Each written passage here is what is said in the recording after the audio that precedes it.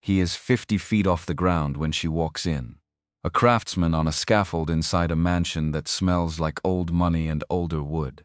Below him, a dying man in a wheelchair watches with the patience of someone who has already decided how this ends. The craftsman doesn't know that yet. He's reading the grain, doing what he's always done, working with his hands in a world that stopped valuing them. Then the doors open, and the temperature drops. She doesn't enter a room. She occupies it.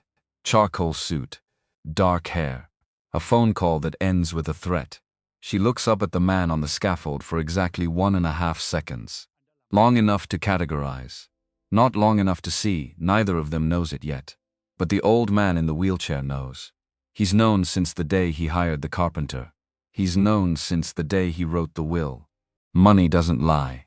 That's what Gary Whitfield had always believed. Not because he was some kind of philosopher. Not because he'd read it somewhere. But because he'd spent 30 years working with his hands and learned that the things that lasted, the things that held weight and didn't splinter under pressure, were always the honest ones. Wood, stone, a man's word. Everything else was decoration. He was 50 feet up on an indoor scaffold inside the Hargrove estate when that belief got its frilled test of the year. The scaffold ran along the interior wall of a grand staircase that hadn't been touched since the Eisenhower administration. Walnut balusters, hand-carved, each one slightly different from the last because the man who made them had made them by hand, and hands are never perfectly consistent. That's not a flaw. That's the whole point. Gary knew this the way he knew his own name. He was working the fourth baluster from the top.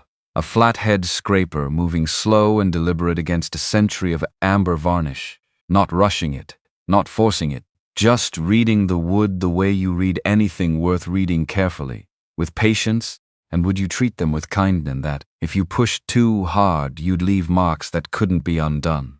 Below him the house breathed. Old houses do that. They settle and creak and shift in ways that newer buildings don't, because newer buildings are built to resist movement, and older buildings were built to accommodate it. Would you treat them with kindness? The Hargrove estate had been built in 1091, which meant it had been accommodating itself for over 100 years, and what Gary was doing right now was helping it accommodate another 100. His phone buzzed in his tool belt. He didn't look at it. He already knew what it was. The collection agency called every Tuesday and Thursday at 9 a.m. Regular as a bad habit. He had the number memorized. He'd considered blocking it, but decided that knowing the call had happened was better than the creeping anxiety of not knowing. The anxiety of not knowing was a different kind of debt. $47,000. That was the number. That was what Sandra's treatment had cost after the insurance ran out, and before she stopped treatment entirely, which she did not, because the cancer had won, but because she'd decided she would rather spend her last 4 months at home with him than her last 8 in a hospital fighting a fight that her oncologist had quietly told her she was going to lose anyway. She'd made that decision with the same calm clarity she'd brought to every major decision of her 22 years with Gary. He'd disagreed, he'd argued, he'd sat on the edge of their bed at 3 in the morning and begged her to reconsider. And she had looked at him with those dark, steady eyes and said, "You build things to last, Gar. Not everything is built to last. That doesn't mean it wasn't worth building." He hadn't been able to argue with that. He still couldn't. 4 years later, the debt remained.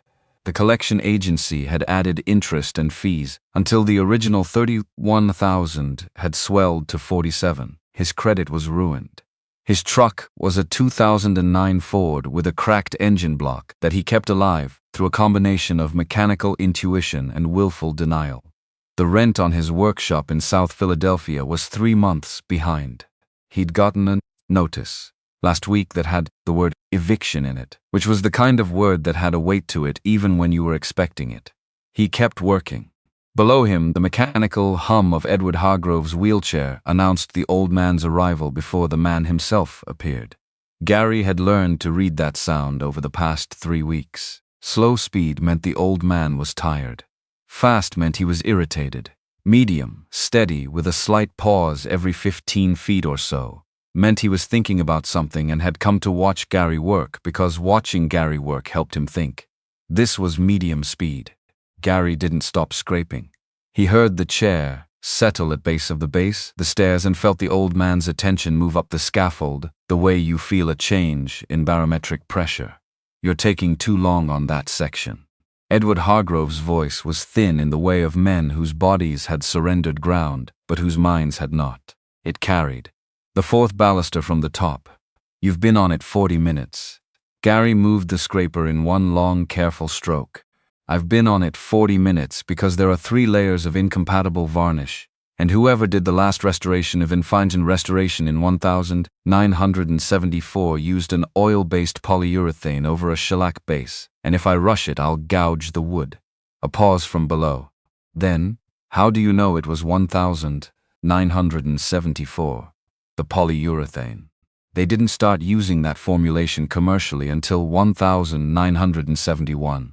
And by 1978, everyone had switched to water-based. So somewhere in that window. The color of the oxidation says closer to the earlier end. Another pause. Longer this time. My father did that restoration. Edward's voice carried something complicated. He thought he was improving it. He wasn't. Gary softened it slightly, but his intentions were good. You can usually tell. He heard what might have been a laugh. Wet. Abbreviated, ending in the particular cough that Gary had learned to associate with the oxygen concentrator working harder. You can tell intentions from varnish. You can tell a lot from what people choose to put on top of something. He turned the scraper in his hand and started on the edge grain. What they're trying to hide, what they thought needed protecting. Whether they understood what they were working with or just guessed. The chair hummed. Edward was repositioning. Your truck sounds like it's dying. I heard it from the east wing when you arrived. Gary kept his eyes on the wood. It's fine. It is not fine. It sounds like a man trying to clear his throat while drowning. How long has the block been cracked? Long enough. The notices in your passenger seat. I saw them when Maria brought your tools in from the bed. Maria was the housekeeper. Gary had not been aware of this particular observation. He felt the back of his neck go warm. I wasn't looking, Edward added without apology, but a man's debts are hard to miss when they're stacked in a truck cab like a paper filing system. Gary came down the scaffold in 3 long strides, boots hitting the marble floor with a sound like punctuation. He stood at the base and looked at the old man directly. Edward Hargrove was 80 pounds lighter than his frame suggested. The plaid blanket across his legs couldn't hide it. His hands on the armrests were the hands of someone who had once had a physical presence and now carried its memory. But his eyes. Those were another matter entirely. Light gray, almost colorless, with the particular quality of eyes that had stopped performing anything. No warmth manufactured for the occasion. No distance maintained for protection. Just looking. My finances aren't your concern, Mr. Hargrove. Everything that happens under my roof is my concern. Not defensive. Just factual, the way gravity is factual. I've lived that way for 50 years and I see no reason to revise the policy at this stage. Gary wiped his hands on a rag. Said nothing. You're good at this, Edward said, and the shift in subject was smooth enough that Gary almost missed what it contained. Not just technically. The patience. Most men your age, most men any age rush it. They want to see the progress. You don't seem to need to see the progress. The wood knows where it's going. I just help it get there. Edward looked at him for a long moment. Then, how is your wife? And when Gary's expression shifted, just slightly, just enough I'm sorry. I read about the estate when we were reviewing your references. I shouldn't have asked that way. Sandra died 4 years ago. Gary folded the rag. January. Cold month for it. She would have said the same thing. She hated January.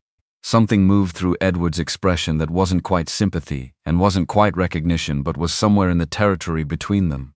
My wife died in March. 15 years ago. Eleanor. She would have found you very funny. Is that good? She had excellent taste. He said it without sentimentality, just as information. You never remarried? No. Neither did I. He let that sit. Then, you're a good craftsman, Gary. Good craftsmen are rare because the work requires a kind of honesty that most people find uncomfortable. You have to look at what's actually there. not what you wish were there. A pause. The oxygen concentrator hissed. It's a useful quality in a man. In more context than this one. Gary wasn't sure what to do with that. He picked up his tool belt, checked the time, decided to interpret the comment as a general observation and not the precisely targeted thing it felt like. I should get back up. Of course. The chair hummed back. The fourth baluster. Take whatever time it needs. He was almost back up the scaffold when Edward spoke again. Not loudly, not particularly directed at him. More in the manner of a man completing a thought out loud. We all need something, Gary. The trick is finding someone whose needs align with yours. Gary kept climbing. The temperature dropped in the room before she entered it. That was the only way to describe it. A change in atmospheric pressure. A shift in the quality of the silence. And then, Laura Hargrove was in the doorway of the grand foyer. And the doorway was not quite large enough for the impression she made in it. 34 years old. Dark brown hair pulled back with the kind of precision that takes either a great deal of effort or a great deal of practice, until the effort disappears. A charcoal gray suit that did not look like clothing so much as architecture, fitted, structured, built with intent. She was holding a phone slightly away from her face and speaking into it in a voice that was controlled in the way that a river is controlled by a dam.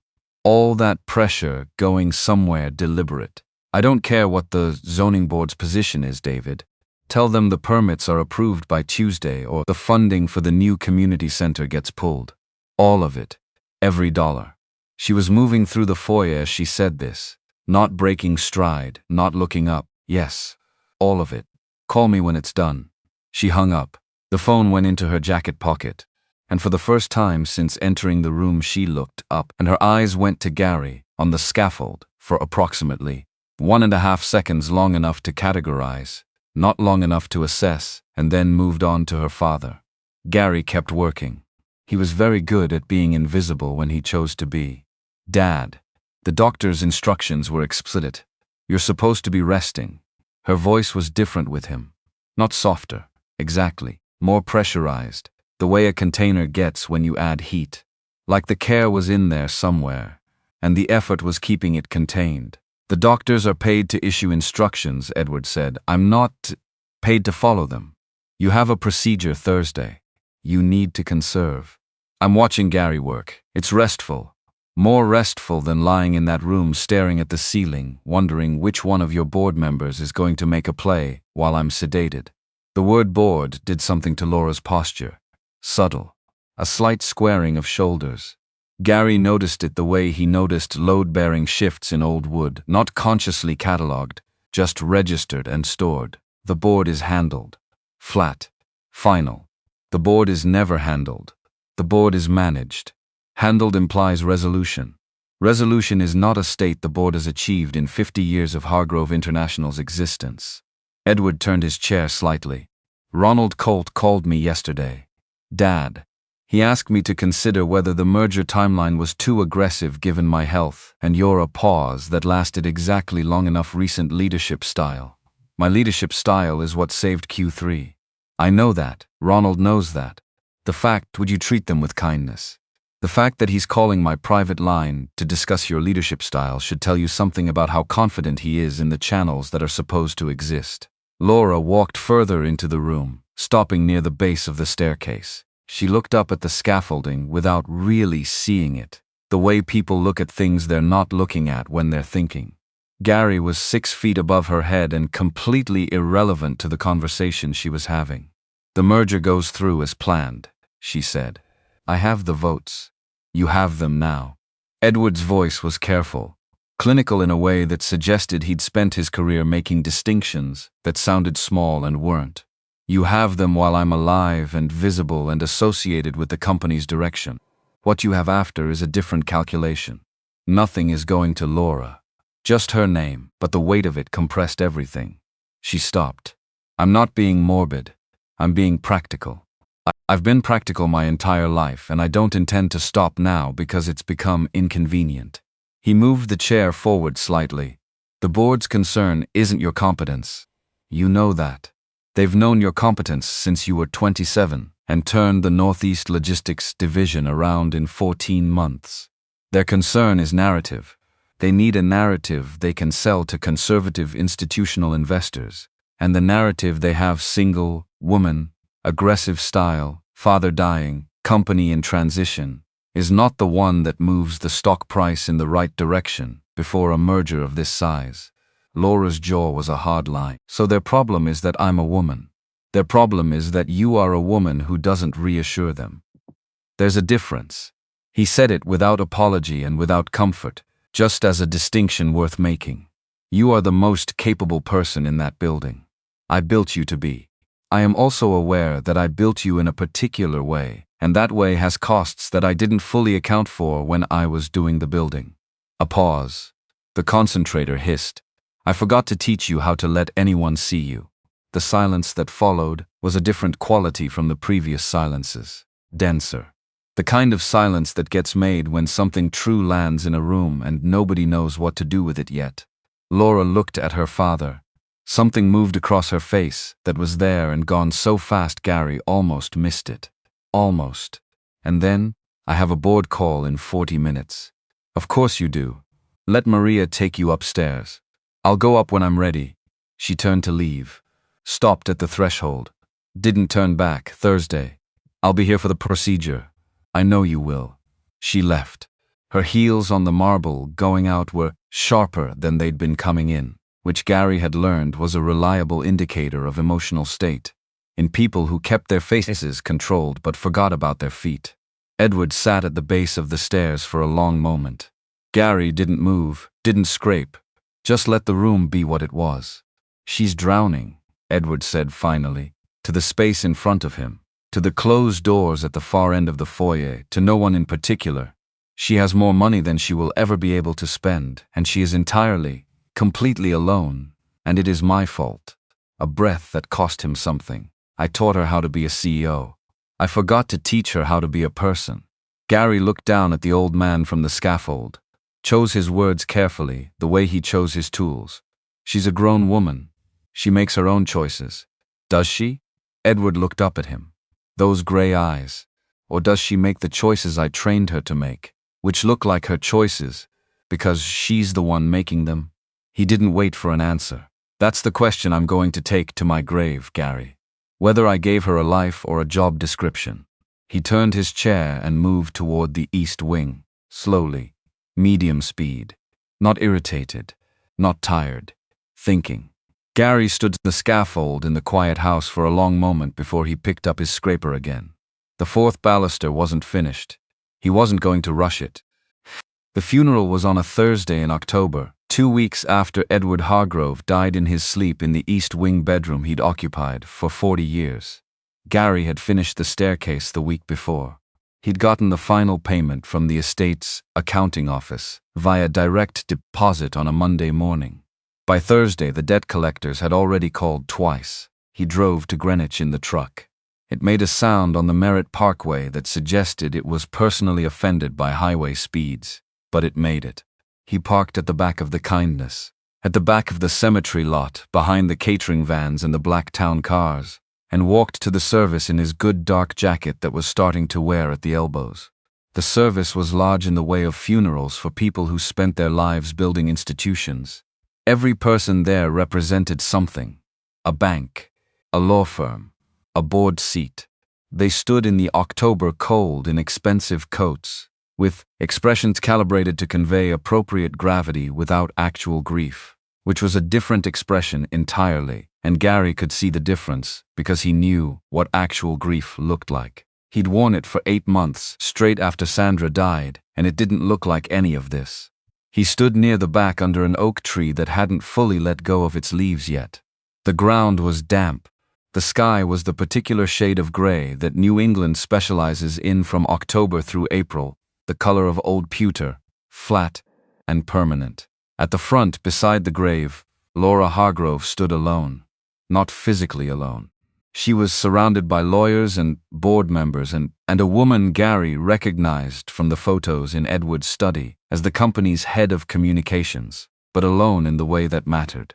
There was a visible radius around her 18 inches, maybe 2 feet that no one crossed. No one touched her arm. No one offered an umbrella. She stood in a long black coat with a wide-brimmed hat and dark glasses under a sky that was already doing all the work, very still, with the bearing of someone who had decided that composure was the only gift she had left to give the occasion. Gary watched her and felt something he couldn't name precisely. It wasn't pity. Pity would have been easy. It was more like recognition. The recognition of someone who understood what it cost to hold yourself together in public when you were falling apart in private, because he'd done it at Sandra's service, and it had taken everything he had and left him hollow for weeks afterward. When the service ended, he turned to go. He'd said his goodbye to Edward in his own way, in the 3 weeks he'd spent in that house learning the man's rhythms and watching him love his daughter in the complicated, insufficient way that he did. That was enough, Mr. Whitfield. The man who intercepted him was 40, wore a suit that fit better than Gary's entire wardrobe, and had the professionally neutral face of someone who delivered difficult news for a living. Ms. Hargrove requests your presence at the estate. Thursday morning, 10 o'clock. Gary looked at him. I finished the job. This isn't about the stairs. He produced a card from his breast pocket and held it out. Heavy stock. Just a name and a number. Thursday, 10 o'clock. Gary took the card, looked at it, put it in his jacket pocket next to his phone, which had 2 missed calls from the collection agency and 1 from the bank. He drove home on the Merit, with the heat on full and the window cracked because the defroster was broken, and he thought about what the man had said and what it might mean, and told himself it didn't matter because he wasn't going to go. He went. The library of the Hargrove estate. The library Hargrove smelled like old paper and lemon oil, and the particular variety of expensive silence that money buys when it's been present long enough. Gary sat in a leather chair that had the quality of something that had been broken in, over decades not manufactured to feel broken in, and looked across the mahogany desk at Laura Hargrove, who sat behind it with 3 lawyers arranged along the wall behind her like architectural elements. She looked like she hadn't slept. The sharp geometry of her face was still there, still precise, but there were shadows under her eyes that no amount of composure could entirely conceal. Her hands were folded on the desk in front of her, and her knuckles were white, which Gary noticed because he always noticed hands. Hands told you what faces were trying not to. Thank you for coming, Mr. Whitfield. Purely transactional. A receipt being issued. Gary. She blinked. Registered the correction. Gary. A breath. My father was a complex man, he was a precise man. Gary said it without judgment. There's a difference. Something moved in her expression, not quite a smile. The architecture of one, maybe. He was both. She stood, walked to the window behind her, which looked out over the grounds that were losing their fall color in the October wind. She spoke to the glass. My father anticipated his death the way he anticipated most things, as a logistical problem, requiring a solution constructed in advance. He constructed one. She turned, faced Gary directly. The voting trust. She explained it, all of it. Gary listened the way he listened to buildings, quietly, entirely, without interrupting, because interrupting meant you were forming conclusions before you had the data, and premature conclusions in old buildings got people hurt. The trust had been established 6 years prior. It held 51% of Hargrove International's voting shares.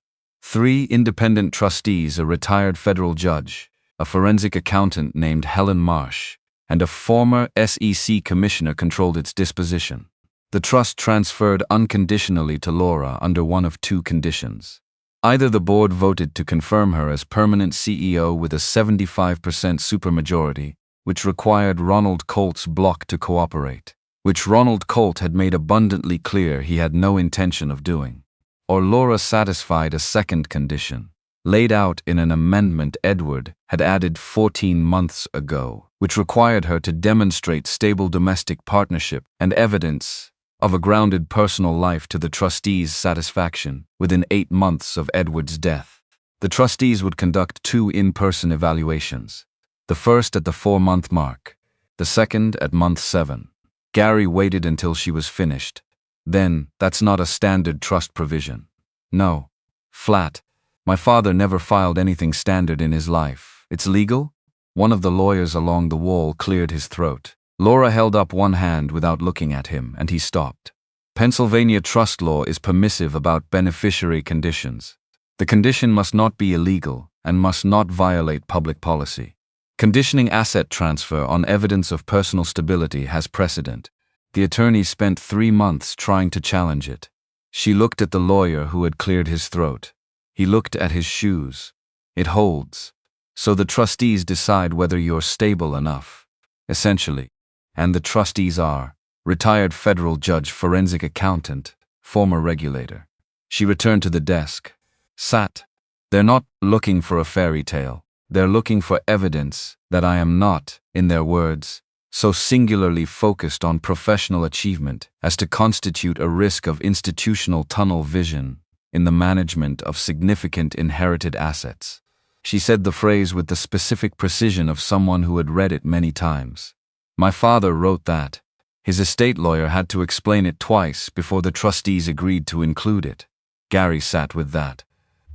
Outside the window, the grounds were brown and gray, and the fountain near the hedge was already drained for winter. What exactly are you asking me? She opened the manila folder on the desk, turned it and slid it across the mahogany. He didn't touch it. A domestic partnership. Legal. Recorded. Shared residence. For 8 months, during which the trustees would conduct their 2 evaluations. She met his eyes. I'm asking you to live in my home and allow me to demonstrate to 3 skeptical professionals that I am capable of sharing my life with another person. You're asking me to be a prop. I'm asking you to be a husband. She said it without flinching. There's a difference. Not really. In this context there is. She looked at the folder. My father chose you, Gary, not me. I want to be clear about that. I don't have a history of impulsive decisions, and this is not one. My father identified you as the right person for this, and I trust his judgment even when I don't understand it. A pause. What I can tell you is what you'd receive, she told him. The debt. All of it. $47,000. Cleared within 48 hours of signing. The workshop rent, 3 months current, plus a 20-month lease guarantee going forward. A monthly stipend. A partial ownership stake in one of the smaller Hargrove commercial properties in South Philadelphia, not charity. She was careful to say, not a gift, but a business arrangement that would generate independent income for him going forward. In exchange, she said, you relinquish any claim to Hargrove International assets or equity. You agree to shared residence at my home in Manhattan for 8 months. You agree to conduct yourself in the evaluations as a genuine partner, not a performance. She paused. You also agree to absolute confidentiality regarding the terms of this arrangement. Forever, not just for 8 months. Gary looked at the folder. He didn't touch it. He looked at his hands on the armrests of the leather chair, at the permit them with kindness, at the permanent stain of wood finish in the creases of that never fully washed out no matter what he used. He thought about the collection agency. He thought about the truck. He thought about the 23 years he'd spent with Sandra, and how she had looked at him in the hospital the last time she was coherent and said, don't make being alone a point of pride, Gah. Pride is just fear dressed up in better clothes. He thought about how much he hated that she was right about things even now. My father said you were grounded, Laura said. Her voice was different. Not softer, but lower, stripped of some of its operational architecture. He said you knew the value of things and not just the price. He said. She stopped, started again. He said you were the most honest man he'd met in a decade, and that honesty was the one quality he'd never been able to engineer in any business arrangement in his life. She looked at him. Would you treat them with kindness? The guards were still up, but there was something visible behind them now, something that was tired and real, and had stopped performing for just long enough to show itself. He wanted this for me. I don't know if I deserve it, but I know I need it. Gary looked at her for a long time. Long enough to read the load-bearing walls, to find where the structure actually lived, to see past the finish to the wood beneath it, which was, he'd spent 30 years learning, almost always sound even when it looked like it wasn't, almost always worth the work. I'm not signing anything tonight, he said. I'm not asking you to. I want 48 hours. You have them. He stood, picked up his jacket, walked to the door, and stopped with his hand on the frame. Old habit. He always checked the frames. This one was solid. Original construction. Hadn't shifted in 130 years. One question. He didn't turn around. Yes. Was any of it his idea, the staircase, hiring me? He felt the pause behind him more than heard it. Or did he already know when he called my number? A very long pause. I don't know, Laura said. And I've been asking myself that since the will was read. He walked out through the library, through the foyer, past the staircase he'd spent 3 weeks rebuilding. He stopped at the base of it, looked up. The balusters were clean, and even, the wood restored to something close to its original self. The century of bad decisions and incompatible varnish stripped away down to the truth of the grain. It was good work.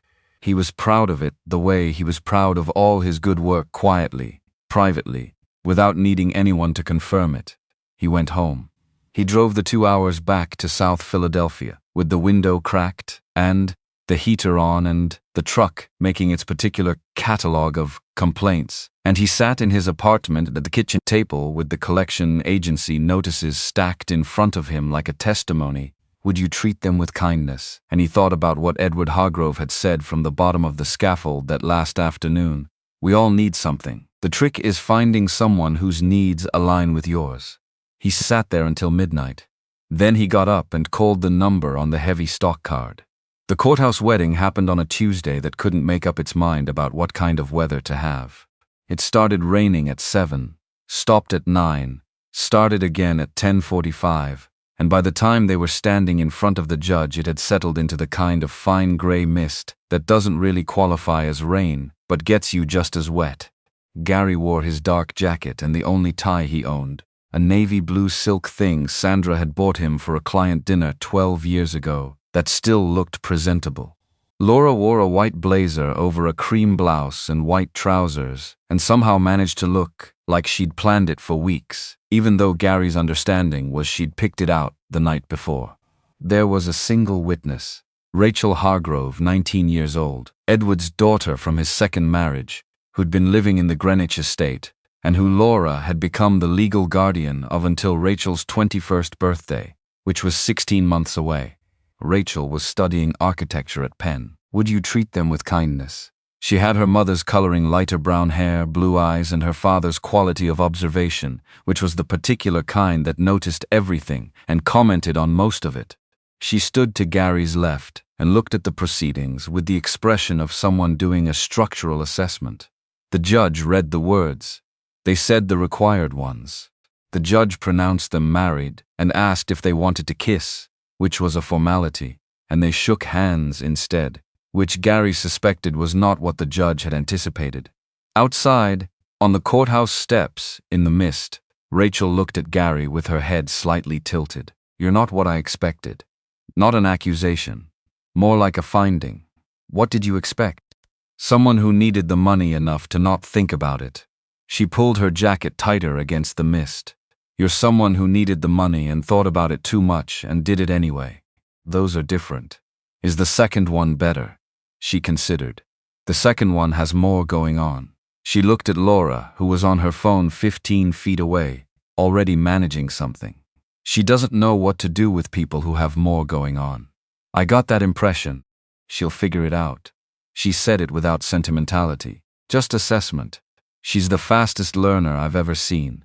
She just has to decide something is worth learning first. Laura finished her call, walked back toward them, looked at Gary with a brief functional expression. The car is here. Then to Rachel, I'll call you about the move. I can take the train. I'll call you. Rachel looked at Gary over Laura's shoulder as she turned. The look said, essentially, see what I mean. Gary did. Would you treat them with kindness? The penthouse was on the 43rd floor of a building in Midtown Manhattan that had the kind of lobby architecture that was designed to make you feel like you'd made a mistake. All soaring ceilings and the kind of marble that reflected your own impracticality back at you. Gary's work boots echoed in a way that the other shoes in the lobby didn't. He carried 2 duffels, a canvas tooled bag, and a flat case that held some of his reference books. A doorman named Carl, who appeared to be constitutionally incapable of showing surprise, took nothing from him. The elevator was private. It opened directly into the apartment. Gary stepped out and set his bags down and stood there for a moment, taking inventory. 4,200 square feet of glass and white marble, and the kind of intentional minimalism that costs more than most things that look busy. The living room had a sectional sofa that was technically white and practically off-limits to everything, including sitting. A glass dining table that would have been lethal in any house, with anyone under the age of 30 who had ever moved quickly. Would you treat them with kindness? Kitchen that looked like it had been installed for the purposes of demonstrating that a kitchen could exist without being used. One wall, entirely glass. Floor to ceiling, looking out over Midtown at an angle that made the entire city look like it had been arranged for this specific vantage point. Rachel arrived 20 minutes later, with 2 rolling suitcases and a backpack. She walked in, set her bags down next to Gary's, and looked around with the same architectural assessment she'd applied to everything else. "It's very committed," she said. "To what?" "To being a specific kind of statement." She looked at the white sofa. "Is that for sitting on or looking at?" "Looking at, okay." She took out her phone, photographed the sofa and typed something. "Then my room?" "Laura, from the kitchen, down the hall. Second door." Rachel went. Gary picked up his bags. That evening Laura came home at 9:17. Gary knew the time, because he'd been in the kitchen for 40 minutes trying to find evidence that anyone had ever cooked in it. He'd located a pot, some pasta, olive oil, and a tin of anchovies whose expiration date suggested optimism. He was draining the pasta when he heard the elevator. She dropped her keys on the marble counter with a sound like a small announcement, kicked off her heels at the kitchen threshold, stood there for a moment with her eyes closed and her fingers pressed against her temples, in the particular attitude of someone at the end of something very long. "Tis." She opened her eyes and found him standing at the stove with a colander and registered him the way you register something you'd forgotten was going to be there. "Rough day at the office." He didn't phrase it as a question. She looked at the pasta, at the stove, at him, back at the pasta. "What is that?" "Dinner." "I didn't ask for dinner." "You didn't have to. Your pantry has olive oil, an emergency tin of anchovies, and something in a glass jar I decided not to investigate. I used the first 2. He tilted his head toward the table. "Sit." She looked at the glass dining table, looked at the pasta. The dynamic tension between her operational efficiency and her physical exhaustion was visible and genuine. Exhaustion won. She pulled out a chair and sat.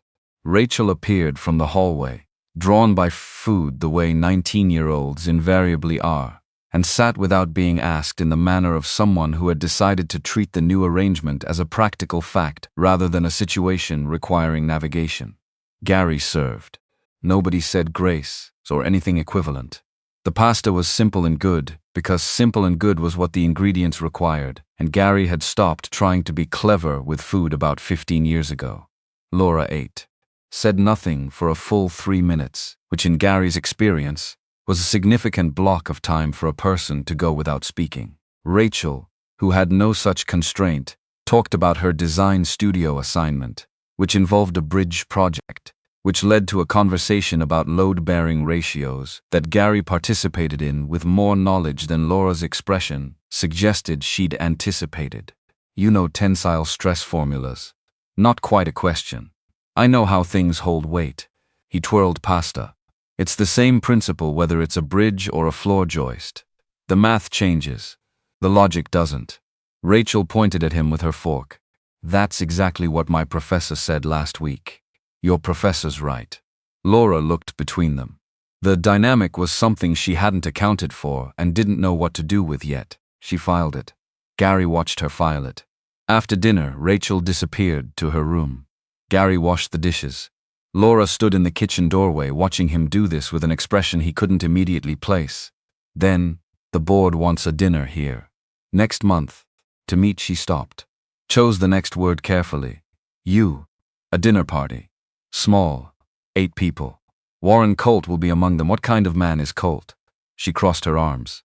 "The kind who believes that appearances are reality because he's spent 40 years making it true in every room he enters."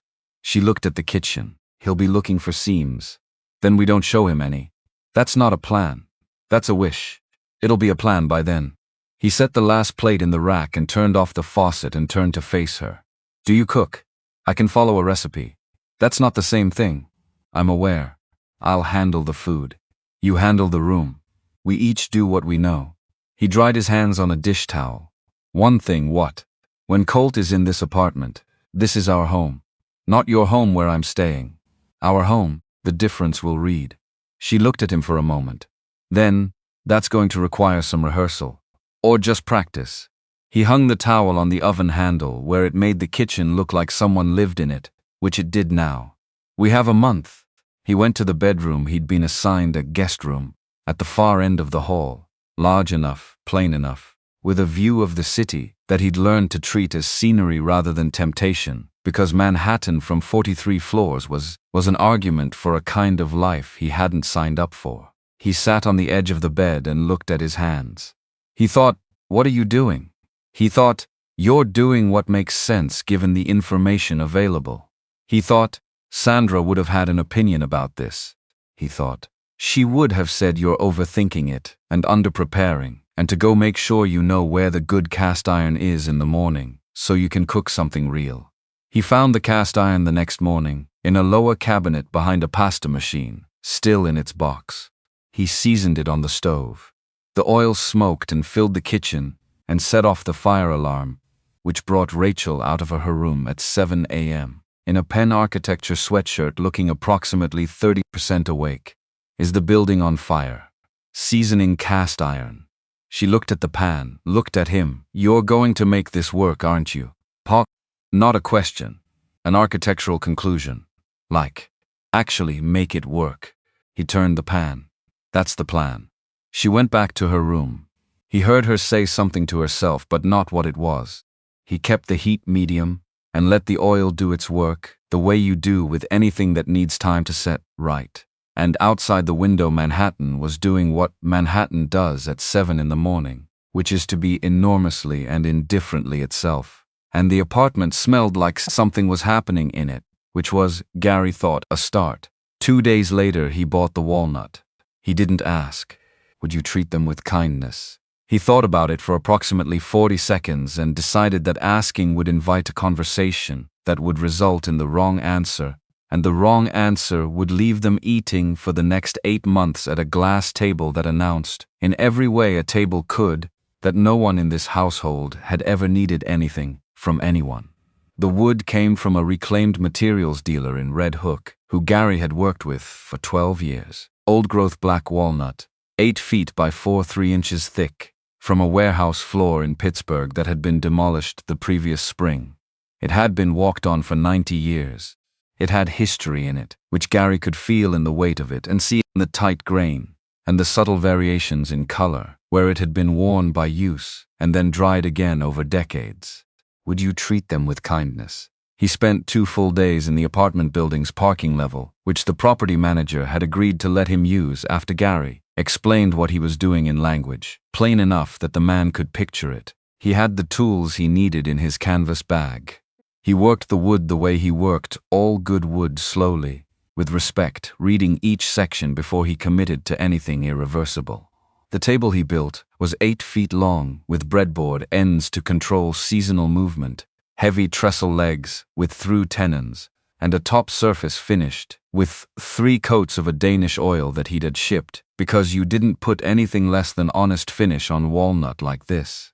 He carried it up in sections on the service elevator, assembled it in the dining room, centered it where the glass table had been, which he'd moved to the far corner with a furniture dolly and a certain amount of satisfaction. When Laura came home at 9:45 on Sunday night, she stopped in the elevator bay and looked at the dining room for a long time without saying anything. Gary was in the armchair he'd also added, a deep leather one that clashed architecturally with everything else in the room, and was exactly right on every other basis. He had a book open. He turned a page. You moved my table. Her voice had that very specific quality of calm that actually means the opposite. I moved it to the corner. It's still here. You built a... She stopped. Started again. Where did that come from? Pittsburgh originally. Red Hook dealer last week. He closed the book. The glass table was going to be a problem for Rachel. She spreads her drawings out when she works. And glass doesn't hold weight the way a drawing surface needs to. Rachel isn't in there when she works. She has a desk. She was on the glass table twice this week because the light is better in here. He stood. And because she wanted to be in the room with people, instead of alone in her room, which is what people who are 19 years old in an unfamiliar place want, regardless of whether there's technically a desk available. Laura stared at him. The specific quality of the stare was one he was still learning to read. Not cold, not warm. Processing. You cannot just. She stopped. This is my home. It's our home. We established that. We established it as a premise for. It's not a premise, it's a fact. The trustees are going to sit at that table in 3 months and eat food that I cook and ask us questions about our life together. And if every surface in this room is screaming that nobody actually lives here, they're going to see it in 30 seconds. He walked toward the kitchen. Come sit down. I made a roast. Real one, not from a box. She didn't move for a moment. He heard her walk to the table. Heard the sound of her hand on the wood surface, the particular resonance of palm against walnut, which has a quality that other woods don't. Warmer. More present. It's warm, she said. Quiet. Surprised almost, in the way of someone who notices warmth where they didn't expect it. It's wood. Wood holds heat. He came back to the kitchen doorway. That's not a design feature. It's just what it does. She looked at the table. Looked at him. Then she pulled out a chair, not the one at the head, not the foot, but one of the sides, a person's chair rather than a position's chair. And she sat down at the walnut table he'd built in the parking level of her building with wood from a Pittsburgh warehouse floor. Would you treat them with kindness? And she sat there the way someone sits when they're not performing sitting. And Gary brought out 2 plates and set one in front of her and one across from her and sat down himself. The city outside the windows was doing its 43rd floor thing. The apartment smelled like roast and walnut oil, and the specific quality of somewhere that had, over the past 10 days, started to become something other than what it was before. They ate. They didn't talk about the merger. Didn't talk about the trustees or Ronald Colt or the board dinner next month. Didn't talk about what any of this was or wasn't. Gary asked her if she wanted more and she said yes, which was, he thought, something. Rachel came out halfway through and ate standing at the kitchen counter, which was technically not what the kitchen counter was for, and was also exactly what it was for. And she looked at the 2 of them at the walnut table and said nothing, which Gary had already learned was Rachel's most expressive register. The crack in the ice was small, the kind of crack that didn't look like much from the outside. But Gary had spent his career understanding that a small crack in the right place was all you ever needed to start splitting the block. He washed the dishes afterward. Laura dried. Nobody planned it that way. Would you treat them with kindness? It just happened the way things sometimes happen when 2 people are in the same small space, and the alternative is one of them standing and watching. They didn't talk about it. They didn't talk about anything. Outside, 43 floors down, Manhattan went about its enormous indifferent business. Inside, a new table held the warmth of the room, and the window above the sink held the city, and the dish towel hung on the oven handle where Gary had put it. And there was enough in all of that, he thought, to work with. November came in cold and specific, not the vague cold of October that still carried summer's apology in it. November cold was a statement. It meant business. It settled into the gaps in old buildings and the spaces between people who hadn't figured out yet how to stand close enough to share heat. The penthouse was warm. That was new. Gary had done something with the thermostat the first week of November that Laura hadn't reversed, and the result was a temperature that felt like a house rather than a controlled environment. She noticed it every morning when she walked to the kitchen, and the floor didn't punish her bare feet. She noticed it and didn't comment on it, the way she didn't comment on a lot of things now, because commenting would require deciding what she thought about them, and she was managing a $2.8 billion merge negotiation and a board of directors that communicated entirely in threat subtext, and she had a limited budget for deciding what she thought about things. Gary left at 6:45 every morning for the workshop in Brooklyn.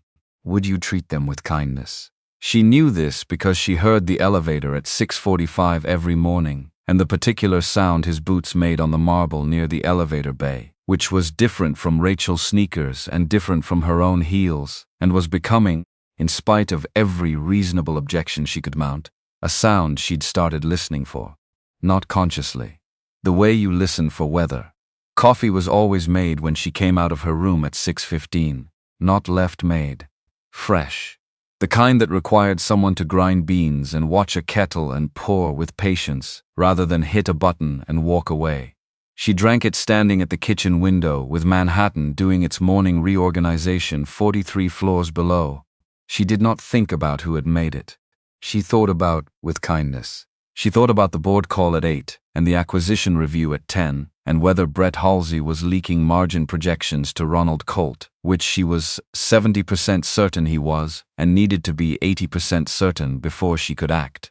She thought about the coffee. She didn't treat them about the coffee. Rachel was a different variable. Rachel was a variable, moved through the apartment with the ease of someone who had decided to belong somewhere and was simply proceeding on that basis. She spread her drafting work across the walnut table in the evenings and talked while she worked, not at anyone in particular. Just talked the way some people need sound to think, commentary on the bridge project and load distribution, and a professor named Aldridge who apparently had opinions about tension cables that Rachel found structurally fascinating and personally exhausting. Gary would respond from wherever he was in the apartment, and the conversation would develop this crooked, comfortable quality. And Laura would be on the couch with her laptop, and she would not participate because she was working, and also because she didn't know how. She knew how to run a meeting. She knew how to read a room for power and vulnerability, and where the exits were, figuratively, in any professional engagement. She did not know how to be in a room where nothing was being decided, where people were just in it together. This was the thing she hadn't accounted for. Not in any of her scenario planning. Not in any of the conversations with her attorney. Not in the long, careful reasoning she'd done before agreeing to her father's arrangement. She had planned for friction. She had planned for awkwardness and professional negotiation and the management of expectations on both sides.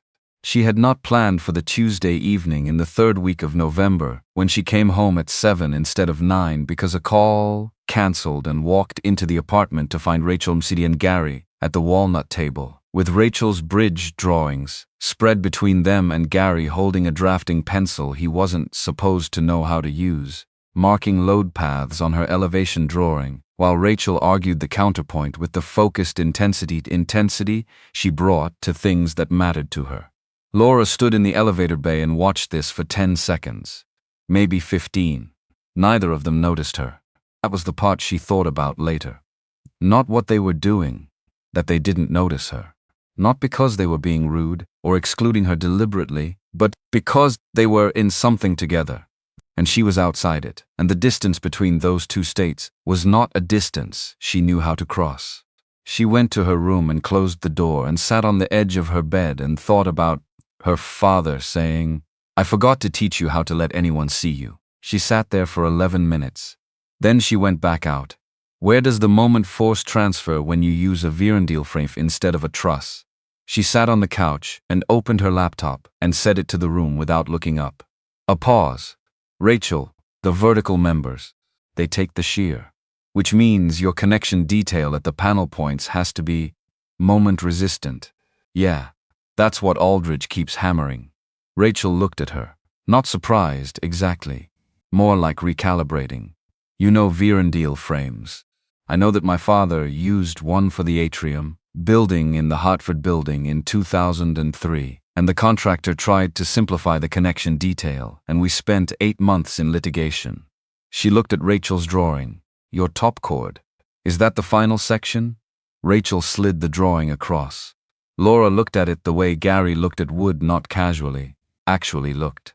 Then she said 2 things about the chord depth, and Rachel said she knew, and Gary said nothing, but put down the drafting towel and went to the kitchen and came back with 3 mugs of something hot. which was tea because the coffee was done, and the kettle had been sitting, and he set them down on the table without comment and sat back down and picked up his pencil.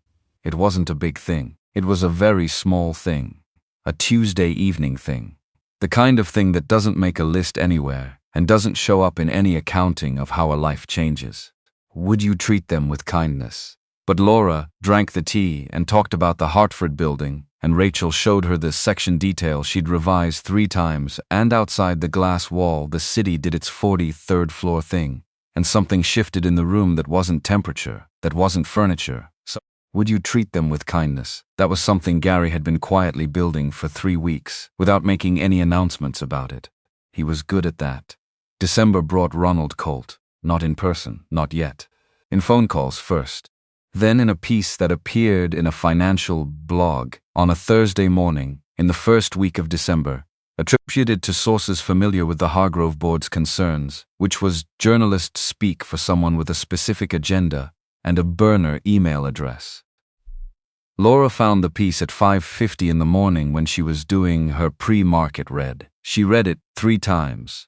It was precise in the way that professionally motivated pieces are precise, accurate about the facts it used, and very careful about what facts it left out. Yes, Laura Hargrove had married, in the weeks following her father's death, a craftsman with no professional connection to Hargrove International. Yes, the timing coincided with the reading of Edward Hargrove's trust. Yes, certain board members had expressed concern about the sudden domestic change.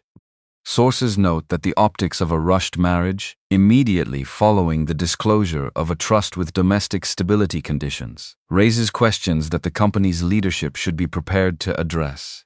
She sent the link to her attorney at 6, called Ronald's direct line at 6:15 and got voicemail, which was an answer of its own kind. Sat at the kitchen island with the laptop and the half-drunk first cup of coffee, and the city going gray to pink outside the windows. She heard Gary's boots at 6:42. He came around the corner, already in his work jacket, and stopped when he saw her face. What happened? She turned the laptop. He read it. She watched him read it, which meant she watched his expression do nothing visible, because Gary read things the way he worked without performance. He finished. Looked at her. Colt. Almost certainly. Can you prove it? Not yet. Would you treat them with kindness? He picked up his coffee mug. She'd noticed he always made enough for 2 and never said anything about it, and leaned against the counter, thinking. She recognized this mode of his now. The stillness that wasn't passivity. He's not attacking your competence, Gary said. He's attacking the narrative. He wants the trustees nervous before the first evaluation. She looked at him. This continued to happen. The thing where he read a situation by its structure and got to the right answer, without the professional vocabulary, but with complete accuracy. It was disorienting in a specific way, like finding load-bearing capacity where the blueprints said there wasn't any.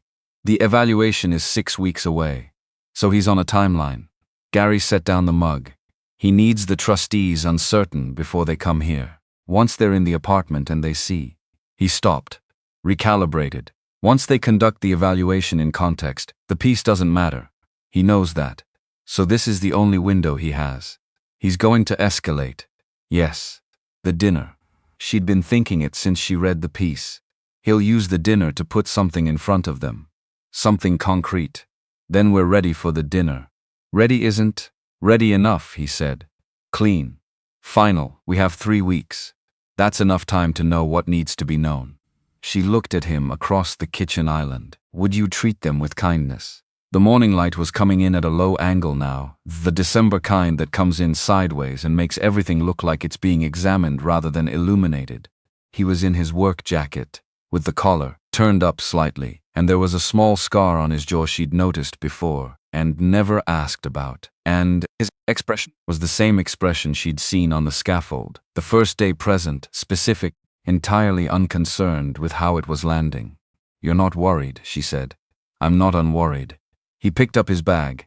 But worry's not a plan, he went. The elevator took him down. She sat with the coffee and the piece on the laptop and the low December light and found, unexpectedly, that she was slightly less alone in the middle of a problem than she'd been before, which was not a thing she had planned for, and did not know what to do with. She started preparing for the dinner. The thing about preparation is that it reveals what you actually know versus what you thought you knew. Laura had spent 2 weeks going over every scenario she could construct for the board dinner. Who would ask what? Who would be watching whom? Where the conversational traps were. She'd written actual notes, briefed Gary on each board member, their histories, their vulnerabilities and priorities, Warren's retirement package calculation, Brett Halsey's ongoing anxiety about the merger's impact on his options, Diana Marsh, the independent cit who'd come on the board 18 months ago, and who Laura assessed as genuinely undecided rather than aligned with any bloc. Would you treat them with kindness? Gary had listened to all of it on a Saturday afternoon at the walnut table with a cup of coffee and his hands around it the way he held things when he was taking their measure. When she finished, he said, "Tell me about Colt." "I just did. You told me about his position. Tell me about the man." She thought about it, actually thought, which was different from the operational recitation she'd done for the others. "He's 63. He's been on the board since my father brought him on in 2007, which means he's been there through the last 2 recapitalizations and the 2019 restructuring. He's always been technically aligned with the family position. Until me." She paused. "He doesn't dislike me. I want to be clear about that. He doesn't have a personal objection to me. He has a business objection. He thinks the merger should happen on a faster timeline with a higher risk tolerance, and he thinks I'm too conservative. He's wrong, but his reasoning is internally consistent." "Is he married?" She blinked. "Yes, second marriage. Wife is?" she thought. 12 years younger. He brings her to the annual gala. She seems to tolerate him. Does he have children? 3 from the first marriage. They don't appear at company events. Gary nodded slowly, the way he nodded when he was fitting pieces into a structure. "He's a man who knows what a difficult marriage looks like," he said. "He's going to be looking for friction between us. That's his tell, not the financial questions. He'll use those to create noise, but he'll be watching us when we're not performing at each other." The moments between the sentences. She looked at him. That's a remarkably specific read for someone who's never met him. It's not about Colt. It's about any man of his type in any room of that kind. He looked at his coffee. "I've spent 30 years in rooms full of men like that. Contractors, inspectors, clients. Men who'd decided I was less before I opened my mouth and were looking for confirmation. I know what they watch for. And what do they watch for? Whether you flinch." He said it evenly. "Whether the other person in your corner flinches when they push. They're not testing your confidence. They're testing whether you're alone. Would you treat them with kindness?" The night of the dinner was a Friday in the second week of December. Cold Ven came in off the river and climbed the building and found the windows, which handled it, and Gary handled the kitchen from 2 in the afternoon onward. He made short ribs braised in red wine with enough time for the liquid to reduce 3 times, which took patience the dinner party timeline barely allowed, but which he did anyway because the short ribs needed what they needed.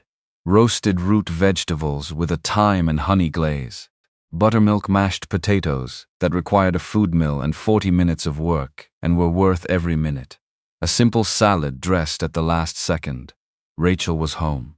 Would you treat them with kindness? She'd offered to make herself scarce, and Gary had told her there was no need, which Laura had initially questioned, and then, thinking about what Gary had said about men who were looking for friction, understood. An empty apartment with a guest room assigned to a 19-year-old who'd been relocated there looked like a stage set. An apartment where Rachel drifted in and out, got in Gary's way in the kitchen, argued with him about whether the glaze needed more honey, and ate a test piece of short rib before dinner and gave an opinion nobody asked for that looked like a place where people actually lived. Diana Marsh arrived first, at 7, alone, in a coat the color of deep red wine, with the careful observation of someone who'd spent a career reading corporate environments and was applying those skills to a domestic one. She shook Laura's hand and Gary's hand and registered Rachel with a single look that seemed to take in everything available. Brett Halsey came 7 minutes later Azio with his wife, Susan, who had the particular bright attentiveness of someone at a professional dinner who was performing enjoyment. Ronald Colt arrived at 7:15 with deliberate timing, which is to say just late enough to make an entrance without being rude about it. 63 years old, silver hair swept back, pocket square precisely placed. His handshake with Gary lasted one beat longer than necessary on his end, with the barely perceptible additional pressure that men of his type used to establish hierarchy in the first 5 seconds of physical contact. Gary's grip came back even, not harder. Even. Colt registered this. The apartment looked like itself. Not staged, not arranged, not curated for viewing. The walnut table was set, which meant it looked like a table that got set. Rachel's drawings were not on the table. She'd moved them to her room, but 2 books Gary had been reading were on the side table near the armchair, which was still the armchair that clashed architecturally with everything and was still exactly right. Would you treat them with kindness? The cactus Laura had let Rachel buy 2 weeks ago for the kitchen windowsill was on the kitchen windowsill, which meant it was visible from the dining room, which meant it looked like people made choices about this space. Gary had opened windows in the kitchen for 40 minutes at 4 in the afternoon to change the air profile of the apartment so it smelled like the food being made rather than the space existing. The short ribs had been doing their work since 2. By 7:15, the apartment smelled the way homes smell when someone has been in them all day doing something real. Colt noticed. Gary watched him notice it and file it as data. They moved to the table. Gary poured wine. Laura ran the opening of the dinner with the ease of a woman who had run 100 professional dinners, which she had. Would you treat them with kindness? Steering conversation through the merger timeline and the Q4 projections with the fluency of someone who had prepared for every question in advance and was simply executing preparation, which she had. And she was good at it. Colt let her be good at it for 20 minutes. Then, Laura, I have to say the timing of all this. A wave of his hand that encompassed the apartment, the dinner, Gary. It's a lot to manage. New marriage, instant family. The merger alone would be consuming for most executives. He picked up his wine glass. We just want to be sure the domestic adjustments aren't creating distraction at a critical moment. Laura, my personal life has never interfered with my professional performance, Ronald. Of course not. Easy, smooth. I'm simply noting that the human capacity for attention is finite. He looked at Gary with the particular brand of pleasant condescension that is harder to respond to than open hostility because it doesn't give you anything solid to push against. And Gary, I'm curious. As someone coming from, what would you say, a more grounded professional world, how do you navigate this? Supporting a partner who operates at this level of intensity. Gary was cutting his short rib. He finished the cut. Set down the knife. I don't navigate it. He looked at Colt directly. I don't think of it as intensity to navigate. I think of it as her doing her job well. A pause, easy and unhurried, the kind that belongs to someone who isn't afraid of the space. But if you're asking what I bring to the equation, I read the prospectus. Colt's eyebrows moved slightly. The Hargrove International prospectus. The current one and the 2 before it. Gary reached for his wine. I find things clearer when I understand what I'm inside. He took a sip, set the glass down. Your acquisition pattern over the last 14 months is interesting. Colt went very still. The stillness of someone who wasn't expecting to be read, is it? 3 logistics firms in the Gulf Coast, 2 minority positions in Midwest warehousing, a partial stake in a temperature-controlled transport company in Tennessee.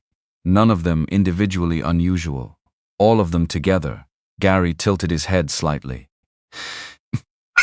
In my work, when someone adds material to a structure piece by piece in a pattern like that, it's usually because they're trying to make something look bigger than it is without triggering the review that a single large addition would trigger. Makes the load-bearing number look stronger on paper, until you put actual weight on it. The table was quiet, not the conversational quiet of a pause. The specific quiet of a room that has collectively decided to pay attention. Diana Marsh was looking at Gary with an expression that was several things simultaneously and was not any version of dismissal. Colt's face had the color of someone whose blood pressure was making a unilateral decision. Those are strategic acquisitions in service of our expansion positioning prior to the merger. Sure. Gary's voice stayed level.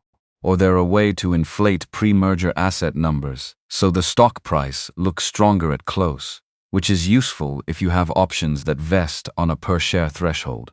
He looked at Colt the way he looked at structures he wasn't sure about carefully, without hostility, just seeing what was there. I might be wrong. I'm a carpenter. But load-bearing failure looks the same whether it's pine or mahogany. Halsey had stopped moving his fork. Susan's bright attentiveness had become something more genuine and more alarmed. Colt set down his wine glass with a precision that was the table equivalent of a controlled explosion. Laura. His voice was careful now, stripped of the warmth it had carried for the previous hour. You discuss board business with him. Laura's posture had changed during the last 45 seconds, not visibly to anyone who hadn't been learning her tells for 8 weeks. But Gary had been learning her tells for 8 weeks. She'd sat up about a quarter inch. Her hands had come off the table. She was looking at Colt the way she'd looked at her father that day in the foyer, not defensively, but from a position she'd just realized was higher than the one she'd been occupying. He's my husband. Clean. Direct. No qualifier attached. And he's correct. The acquisition pattern creates a consolidated asset position that improves your options payout by approximately 18% at current merger valuations. She looked at Colt, and the look was the board look, the CEO look, the look Gary had seen her give to her reflection in the kitchen window at 6 in the morning when she was steeling herself for something. I've already requested a full audit of the 4 most recent acquisitions. The results will be available before the vote. She looked at the table. More short ribs, Ronald? Colt left at 9:15. He shook Gary's hand on the way out, with the handshake of a man performing graciousness in the face of a situation he hadn't anticipated, which was a very different handshake from the one he'd arrived with. Halsey and Susan left behind him, with Susan's hand on her husband's arm, in a way that had a conversation inside it. Diana Marsh was the last to leave. She stopped at the door and looked at Gary. "The Tennessee Transport Company," she said. "You caught that one too. The depreciation schedule is unusual." "Yes." She looked at him with the expression that had been several things during dinner, and was now, simplified, appreciative. "Laura, you should know that my evaluation concerns coming into tonight were not about your competence." She glanced between them. They were about this. Whether there was a this, she put on her coat. There's a this. She left. The elevator closed. The apartment went quiet. The city outside did its thing. Gary started stacking plates. He was halfway to the kitchen when he heard Laura move. Not toward him. She went to the window and stood there, looking out, back to the room. The way she stood when she was processing something too large for the available space inside her. He kept stacking plates, brought them to the kitchen, ran the hot water. Her footsteps, stopping at the kitchen entrance, where she usually stopped. He heard her take off her heels, both of them, setting her down, literally and figuratively, about 2 inches closer to the floor than she'd been all night. He didn't turn around. "You read the prospectus." Her voice had lost the operational architecture. Just her voice underneath it, which was lower than the working voice and more precise, the way a structure is more precise when you strip the facade. 2 weeks ago, he worked the plates. Figured if anyone was going to come at me in that room, I should know what they'd be wearing. You could have told me, might have changed how you looked at me across the table. He put the first plate in the rack. Didn't want you managing it. Wanted it to be real. She was quiet. He heard her move into the kitchen. Not past him. Next to him. She opened a drawer and took out a dish towel without saying anything, and picked up a plate from the rack and dried it, and that was how they did the dishes. Side by side at the kitchen sink, the window above it full of the city, and the December cold on the glass outside, and the warmth of the kitchen inside. Would you treat them with kindness? And the apartment around them with the walnut table and the leather armchair and the cactus on the windowsill, and Rachel's light on under her door down the hall. She dried. He washed. Neither of them managed it. "Thank you," she said. Not transactionally, not as professional acknowledgement. Just, "Thank you. It's what I'm here for." She looked at him. The dish towel stopped. That's not what that was. He looked back at her. The water was still running. No, it wasn't. The pause lasted the length of a breath.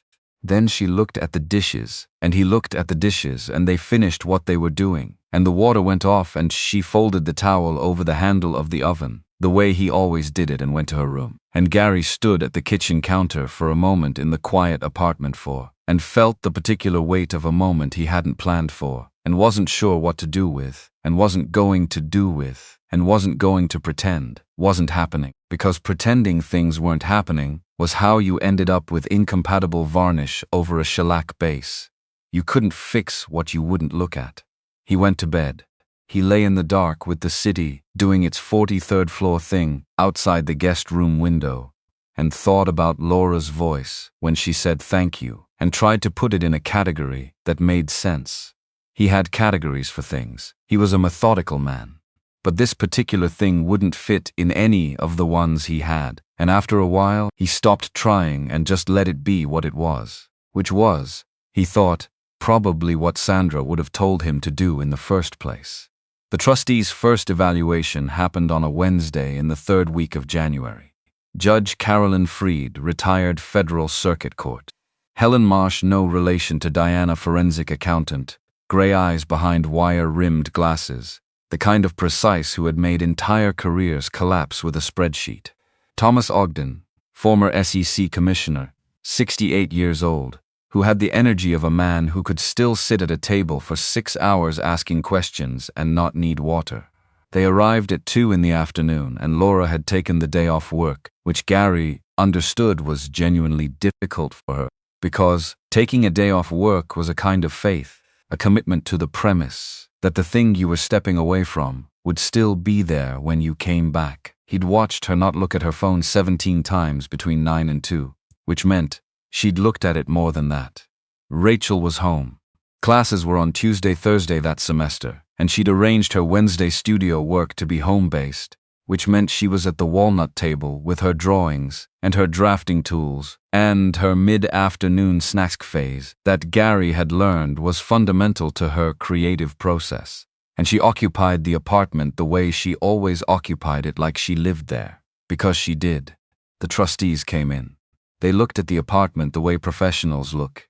At things that have been professionally prepared, though, to like something with a specific skepticism of people who have seen prepared things look real, and real things look prepared, and have learned not to trust first impressions. Gary made coffee, not because anyone asked, because that was what he did, and doing it in front of the trustees was not a performance. It was just the thing that happened at 3 o'clock in his household. Judge Freed asked about the table. He told her about the warehouse floor in Pittsburgh, the dealer in Red Hook, the 2 days in the parking level. He told it the way he told things, with the specific, he said, because the specific was where you found out whether something was real. She looked at the table for a moment. Then, did you ask Miss Hargrove before you built it? No. Why not? Because I knew what the answer would be, and I knew the answer was wrong. He said it evenly. She would have said no because she was protecting something she'd built, which was understandable. But what she'd built wasn't working for the people living in it, which I could see, and she couldn't yet, because you can't see the thing you're inside. He looked at the table. So I built what was needed and let the conversation happen after. Helen Marsh was writing something. Ogden was watching Gary the way Gary watched joinery, looking for where the stress would show. Rachel, from the table, without looking up, he does that. Builds first, explains later. It's annoying. A pause. It's also always right. Judge Freed looked at Rachel. And you're comfortable here. Rachel put down her pencil and looked at the judge with the direct, unblinking assessment that was her standard mode. This is the first place since my father died where I've had dinner with people more than twice in a row. She looked back at her drawing, so yes. The evaluation lasted 4 hours. Would you treat them with kindness? The trustees asked Laura about her professional schedule and Gary about his work, and both of them about each other's schedules in the particular way designed to find discrepancies. Because real knowledge of a shared life shows up in the specific and performed knowledge shows up in the general. They asked Gary what Laura ate for breakfast and he said she didn't eat breakfast until 10. She had coffee and then more coffee, and then usually something she found in the kitchen around mid-morning. Would you treat them with kindness? And she looked at him when he said it with the expression of someone who hadn't known they'd been observed and hadn't decided yet how they felt about it. They asked Laura what Gary was currently building at the workshop, and she said a set of library shelves for a law office in Soho, reclaimed chestnut. Would you treat them with kindness? Because the client wanted something that looked old without being fake, old, and Gary had a source for chestnut that no one else in the city seemed to know about. She said it with the matter-of-factness of someone reporting a known fact, which it was. She'd asked about the job 2 weeks ago, not because she needed to know, but because she'd seen the sample piece on the kitchen counter and been curious about the grain. Gary had noticed, she asked. He hadn't said anything about it, but he'd noticed. After the trustees left, Laura stood in the middle of the living room for a moment with her hands at her sides, and then she sat on the leather armchair, which was the first time Gary had seen her sit in it, and looked at the ceiling with the expression of someone who has been running at a specific speed for a long time and has just been allowed to stop. Rachel closed her drafting case. How do you think it went? Laura, I don't know. Rachel, I think it went well. Laura, you can't possibly know that. Rachel. Helen Marsh smiled when Gary explained about the cast iron. A pause. She struck me as someone who doesn't smile unless something is actually true. Laura looked at Rachel. Then, at Gary, who was in the kitchen doing the thing he did with dishes after people were in the apartment, a kind of restoration of order that was automatic by now. Then she looked back at the ceiling. My father, she said, to no one in particular, to the ceiling, to the apartment, and what it had become was occasionally infuriating. A pause. And occasionally brilliant. Another pause. Sometimes both at the same time. Gary from the kitchen. Most precise people are. She made a sound that wasn't quite a laugh, but it was in the neighborhood. The week after the evaluation, Rachel got sick. Not dramatically sick. The February kind of sick. The kind that starts as a scratchy throat on a Monday, and is a full-throated head cold by Wednesday, and becomes a Thursday that involves staying in bed and drinking things and being periodically miserable. Gary handled it with the matter-of-fact competence of someone who had managed the practical realities of illness for years, soup from scratch. The right tea, knowing when to check in and when to leave people alone, which was its own distinct skill. Laura was in Boston on Thursday for a meeting that had been scheduled for 6 weeks. She called at 11, and Gary answered because Rachel's phone was charging in the kitchen, and Rachel was in bed with her eyes closed. How is she? Straight through without greeting. Soup is working. Fever's down from this morning. He was at the stove. She's sleeping. The meeting runs until 6. I can get the 7 o'clock train. She's fine, Laura. A pause. She has a presentation tomorrow. She'll make the presentation. He turned the heat down. She spent 40 minutes last night worried about the load path on the main span. I told her the calculation was right. She didn't believe me until I showed her the math. She believed the math. Something in the pause on the other end. You know her tensile calculations. I know enough to check them. He moved the pot. Go do your meeting. Would you treat them with kindness? She went and did her meeting, and came back on the 7 o'clock train and got back to the apartment at 8:45, which Gary knew because he heard the elevator and had been expecting it since 7:15. She came in quietly, went straight down the hall, and stopped at Rachel's door, which was open, and looked in. Rachel was asleep, actually asleep, the deep kind that means the fever has broken and the body has taken over from the vigilance. Laura stood there for a long moment. Gary didn't look at her directly, but he saw her hand come up and rest on the door frame. Just resting there, not holding, just present. She came to the kitchen, looked at the stove, at him. There's soup left. He was already getting a bowl. She sat at the walnut table. He put soup in front of her. She ate and he sat across from her, and they didn't talk about the meeting or the trustees or Ronald Colt or the merger, which was in its final negotiation phase now, and demanded hours of Laura's attention every day. They talked about Rachel's presentation, which was the bridge project final, which was in 3 weeks. Gary described the revised section detail that Rachel had landed on the day before she got sick, and Laura asked a question about the moment connection. and they were in the middle of an actual conversation about structural engineering at 9 in the evening over soup at the walnut table, with Rachel asleep down the hall, and somewhere in the middle of it, Gary looked up and found Laura looking at him with an expression he'd seen before, but not quite like this, not guarded, not processing, not managing, just looking. He held it for a moment. She didn't look away. Then she looked at her soup, and he looked at his, and the conversation continued about the bridge, but the room was different now in the way rooms get different when something unnamed has been acknowledged in them, so not spoken, not acted on, just acknowledged, present, allowed to exist. The next morning, Rachel's fever was entirely gone, and she ate a bowl of cereal at the walnut table and complained that the cold had made her behind on the section drawings, and Gary said she had time, and she said she didn't have time, and he said she had more than she thought, which was his answer with kindness, which was his answer to most things. And Laura came out at 6:15 and poured coffee and stood at the kitchen window and looked at the city the way she always did. Except this morning she turned around at the end of it and looked at the kitchen. Would you treat them with kindness? At Rachel's at the table and Gary at the counter, and she had the expression of someone who has looked at something 100 times and is seeing it for the first time on the 101st. Gary made eggs. Without being asked. 3 plates. Rachel, you treat them with kindness.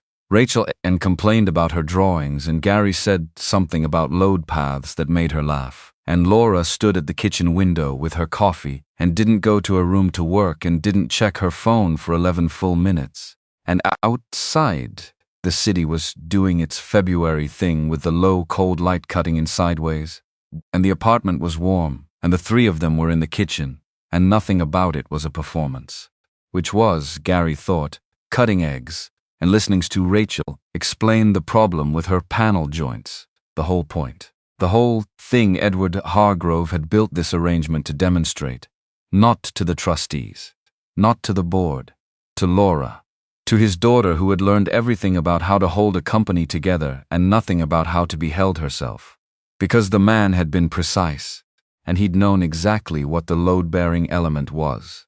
Gary looked at Laura at the kitchen window, with her coffee, the February light on her face, her shoulders carrying less than they usually did at 6:15 in the morning, and thought, the old man wasn't wrong.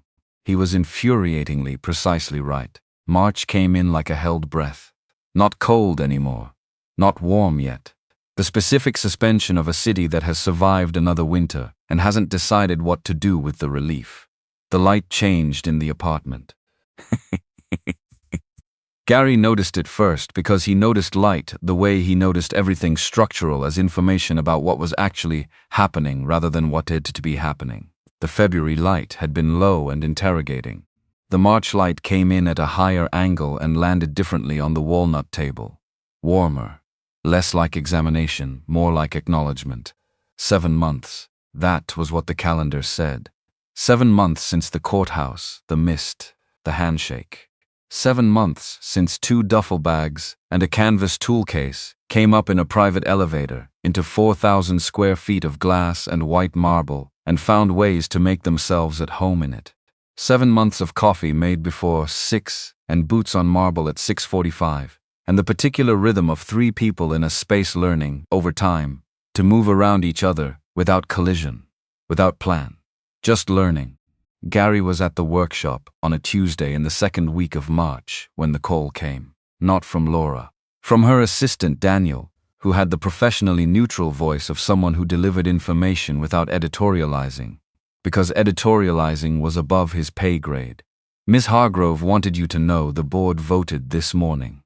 The supermajority failed, as expected, but the trustees' second evaluation report was submitted at 9 o'clock.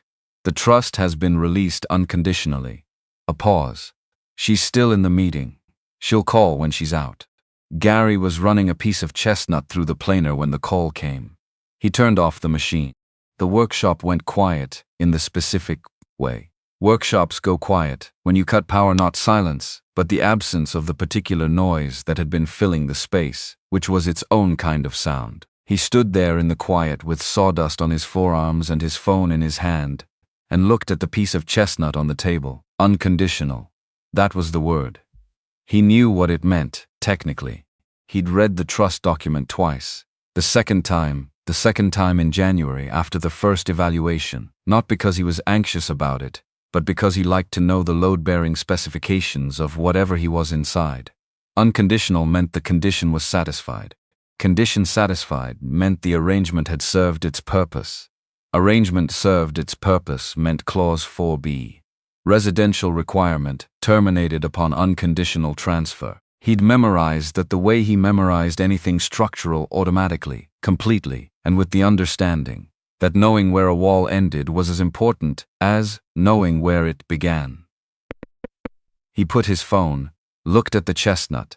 The law office in Soho was expecting the shelves in 3 weeks, and he was 2 days ahead of schedule, which was where he always tried to be, because being ahead of schedule meant you had room for the unexpected, and the unexpected in woodwork was not a question of whether but when. He started the planer again. Let it run. He worked for 2 more hours. Good work. Focused. The kind that requires enough attention that it crowds out other thinking, which was, he'd always believed, part of why he'd chosen the work, or why the work had chosen him. There was an argument to be made for either direction. At 4 in the afternoon he cleaned the workshop, swept, put tools in their places, which was a ritual he'd maintained since the first shop he'd rented at 26, because a tool in its place was a tool you could find in the dark if you needed it. He changed his shirt in the bathroom at the back of the workshop, drove to Brooklyn to pick up supplies he didn't need until next week. He was doing everything except going back to the apartment, which was the tell. Would you treat them with kindness? The thing he'd have caught in anyone else immediately, because he was good at identifying when someone was doing one thing in order to avoid doing another. He was apparently less good at identifying it in himself, or good enough to identify it and still do it anyway, which was arguably worse. He sat in the truck outside the supply yard on Atlantic Avenue, with the engine running and the heat on, and thought with the specific, pitiless clarity that tends to arrive when you've been avoiding something long enough that the avoidance itself becomes exhausting. 7 months. And the contract was done. And Laura had her trust and her company, and the merger would proceed on her terms, and Ronald Colt was already gone.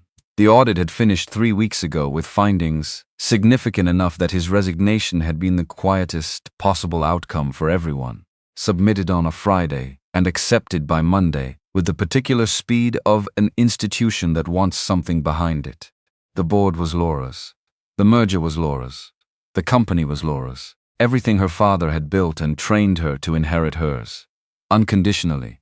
So what was Gary Whitfield? A carpenter from South Philadelphia with paid-off debt, and a workshop lease, and a stipend he'd been putting into a savings account because it felt wrong to spend it, and a lease guarantee on his workshop, and his tools, and his truck, which had repaired properly in November with the first stipend payment, because enough was enough. What he was, technically, was finished. What he was, actually, that was the part he'd been running the planer to avoid thinking about. He drove back to Manhattan, took the bridge, hit the Midtown Tunnel traffic, and sat in it without impatience, because impatience in traffic was energy wasted, and he'd learned to treat tunnels under rivers as just a longer version of a hallway.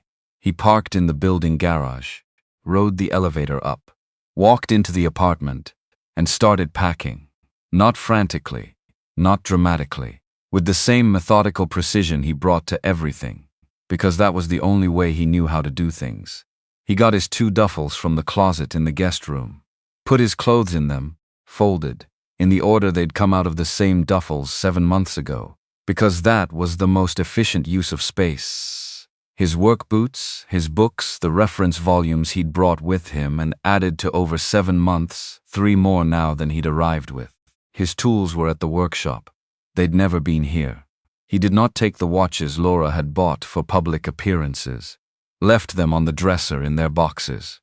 Would you treat them with kindness? Did not take the 2 suits from the closet, because his own jacket had been wearing at the elbows and she'd said, once, matter-of-factly, that if people were going to look at him as her husband they would look, and that was a fact to manage, and she'd managed it in the way she managed everything efficiently, without asking permission, with the result that the suits fit better than anything he'd ever owned. He left them.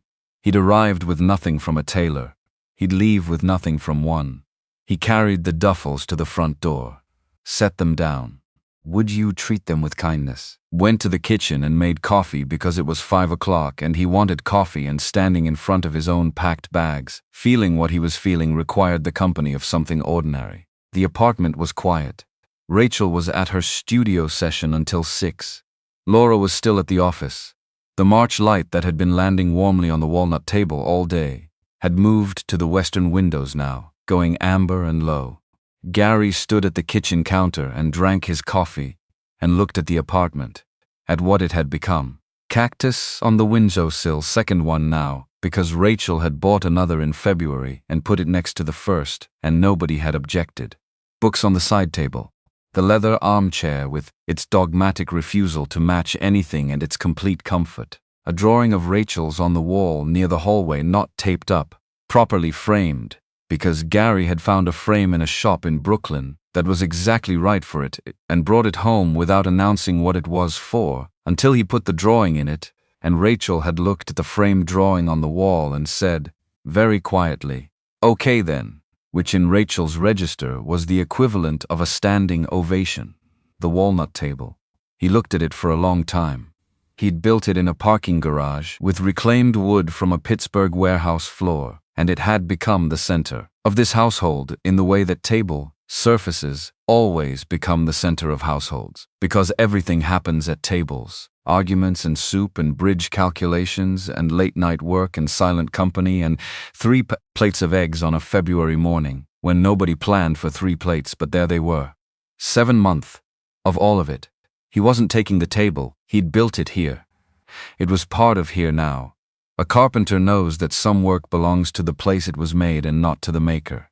He rinsed his mug, put it in the rack, looked at the duffels by the front door, picked up his jacket from the hook near the elevator, found his keys in his jacket pocket, both sets, his workshop keys and the apartment key Laura had given him the first week, a simple brass thing on a plain ring. He looked at the apartment key for a moment. Then he walked to the walnut table and set it down on the surface.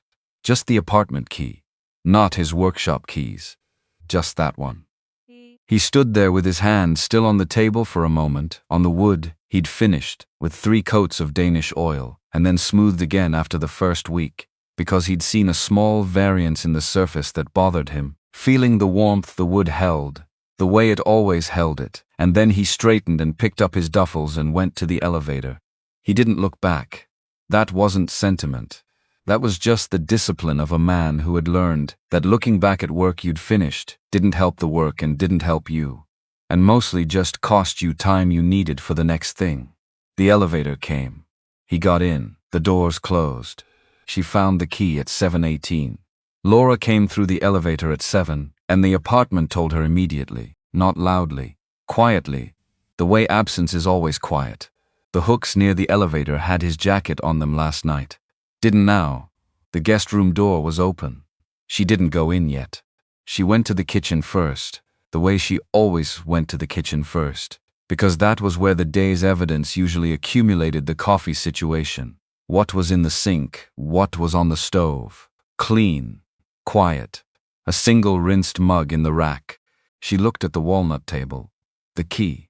She stood there in her white suit. She's the one she'd worn for the board meeting, because board meetings required the full armor, and today had required everything she had. Would you treat them with kindness? And she looked at the key on the table and felt something happen in her chest that was not a business problem and could not be managed with professional vocabulary. She picked up the key. It was cold. It had been sitting on the wood for hours, and wood gives heat, but the key was metal, and metal had been sitting there since whenever he'd left. She held it in her palm, looked at it. Clause 4b. He'd read it twice. Would you treat them with kindness? She'd known this. She'd seen him with the trust document in January, sitting at the walnut table at 10 in the evening with his reading glasses on, which she had not known he used until she walked past and saw them. Small wire frames that he took off immediately when he noticed her, as if wearing reading glasses was a thing that needed concealing. The specific modesty of a man who was completely unself-conscious about everything, except being seen being anything less than entirely capable. He'd read the document, memorized the relevant clause, and on the day the trust transferred, he'd packed his bags and put his key on the table and left, because Clause 4B said the residential requirement was terminated and he was a man who honored the terms of what he'd agreed to, completely and without remainder, which was admirable, genuinely admirable, and also wrong. Not wrong incorrect, wrong incomplete. Wrong in the way that technically accurate is sometimes the most wrong thing possible. She called him. Voicemail. Called again. Voicemail. Third call, voicemail. But this time she heard something different in the ambient sound of the voicemail recording, something that might have been machinery, or the absence of it. She was still holding the key. Rachel came in at 7:32 with her studio bag and her earbuds and the particular residual energy of a long session, and stopped when she saw Laura standing in the middle of the dining room in her full board armor holding a brass key and looking at the walnut table. Rachel took out her earbuds, looked at the key, looked at the table, looked at Laura. Oh, you've got to be kidding me. Not mean. Horrified. Specifically, architecturally horrified. The way an engineer is horrified when something load-bearing fails for an entirely preventable reason. He left. He followed the contract terms. He followed. Rachel stopped. Reset. Where does he go when he needs to think? Laura looked at her. When he's working through something, Rachel said with the patient urgency of someone explaining a load path to someone who usually understands load paths. Where does he go? And Laura knew, because treat them with kindness, even when she'd been telling herself she was too busy to pay attention. Even when she'd been staring at her laptop through dinner and monitoring herself for the 17 ways she might be letting the arrangement compromise her professional judgment. She'd paid attention to Gary Whitfield with a thoroughness she'd applied to very few things in her life and could not issue precisely when or why it had started. The workshop in Brooklyn. She put on her coat, still in the suit, still in the heels, which she did not take off because there wasn't time, and because the heels were, in this moment, armor she needed for a different kind of boardroom. She picked up her bag. Rachel was already holding open the elevator. Do you want me to? No.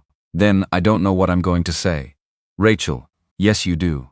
Laura, I really don't. Rachel, then say whatever's true. You're always better when you're not managing it. The elevator closed. Laura rode it down 43 floors with the key in her coat pocket and the city waiting outside, and the particular feeling of moving towards something without a prepared position for the first time in longer than she could precisely remember. The drive to Brooklyn took 31 minutes. She took a car because hailing cabs in Midtown at 7:45 in March was a particular kind of patience she didn't have tonight. The driver tried to talk twice, and she gave him the specific one-word answer that communicates, universally, that this is not a talking ride, and he understood and drove. Brooklyn. Would you treat them with kindness? The workshop was in a building on a street in Kensington that had the practical character of a neighborhood built around actual work rather than the performance of it. Industrial spaces converted and half converted, and in some cases not converted at all, still doing what they'd always done. Would you treat them with kindness? Garage on the ground floor of a building that had been a bottling facility in another century, and still had the bones of that function in its ceiling height and its concrete floors and the size of the bay doors, which were large enough to bring material in and finished work out. The lights were on inside. She stood on the sidewalk outside the bay door for a moment, which was unusual. She was not a person who stood on sidewalks outside things. She went through doors. She had always gone through doors. The quality to treat them with kindness, the quality of going through a door as though the door existed to open for her, was so fundamental to how she moved through the world that she had literally never thought about it before. And now she was standing on a sidewalk in Midtown heels on Kensington concrete in a white board meeting suit at 7:45 in the evening, thinking about it, because this was different. Because she didn't have a prepared position. Because Rachel had said to say whatever was true, and what was true was complicated and large, and had been building for 7 months in the way that structural loads build, not all at once, incrementally, until the load was significant and the question was no longer theoretical. She opened the door. It wasn't locked. The workshop smelled like sawdust and linseed oil, and the specific organic warmth of cut wood, which was a smell she now associated, with a precision she hadn't asked for and couldn't undo, with Gary. He was standing at the main work table with his back to the door, running his hand along the edge of a piece of chestnut in the way he did when he was reading something. Not working. Just reading. He heard the door. Didn't turn immediately, like he'd heard something he wasn't expecting and needed a second to process whether it was real. Then he turned. And the thing about Gary Whitfield was that his face was not a controlled surface. He hadn't built those kinds of defenses. He was honest in the way. The wood he worked with was honest, not because he was incapable of concealment, but because he'd decided a long time ago that concealment was a bad use of material. So when he turned and saw her, what his face did was visible, all of it. He wasn't expecting her. That was the first thing. The genuine surprise of someone who had done the math and gotten a reasonable answer, and the answer had been wrong. And beneath the surprise, something that had been there for a long time, and had been carefully, methodically lived with, rather than acted on, and which was now, with no preparation and no clause to stand behind, simply present in a face that didn't know how to hide it. They looked at each other across 15 feet of concrete floor and sawdust, and the particular weight of two people who have been in the same space for 7 months, learning each other's rhythms and the morning light on the other person's face, and the way the other person holds their coffee mug, and what the other person sounds like when they think nobody can hear them laugh. Clause 4B, he said. His voice was level, because he was at bottom a level man. I know.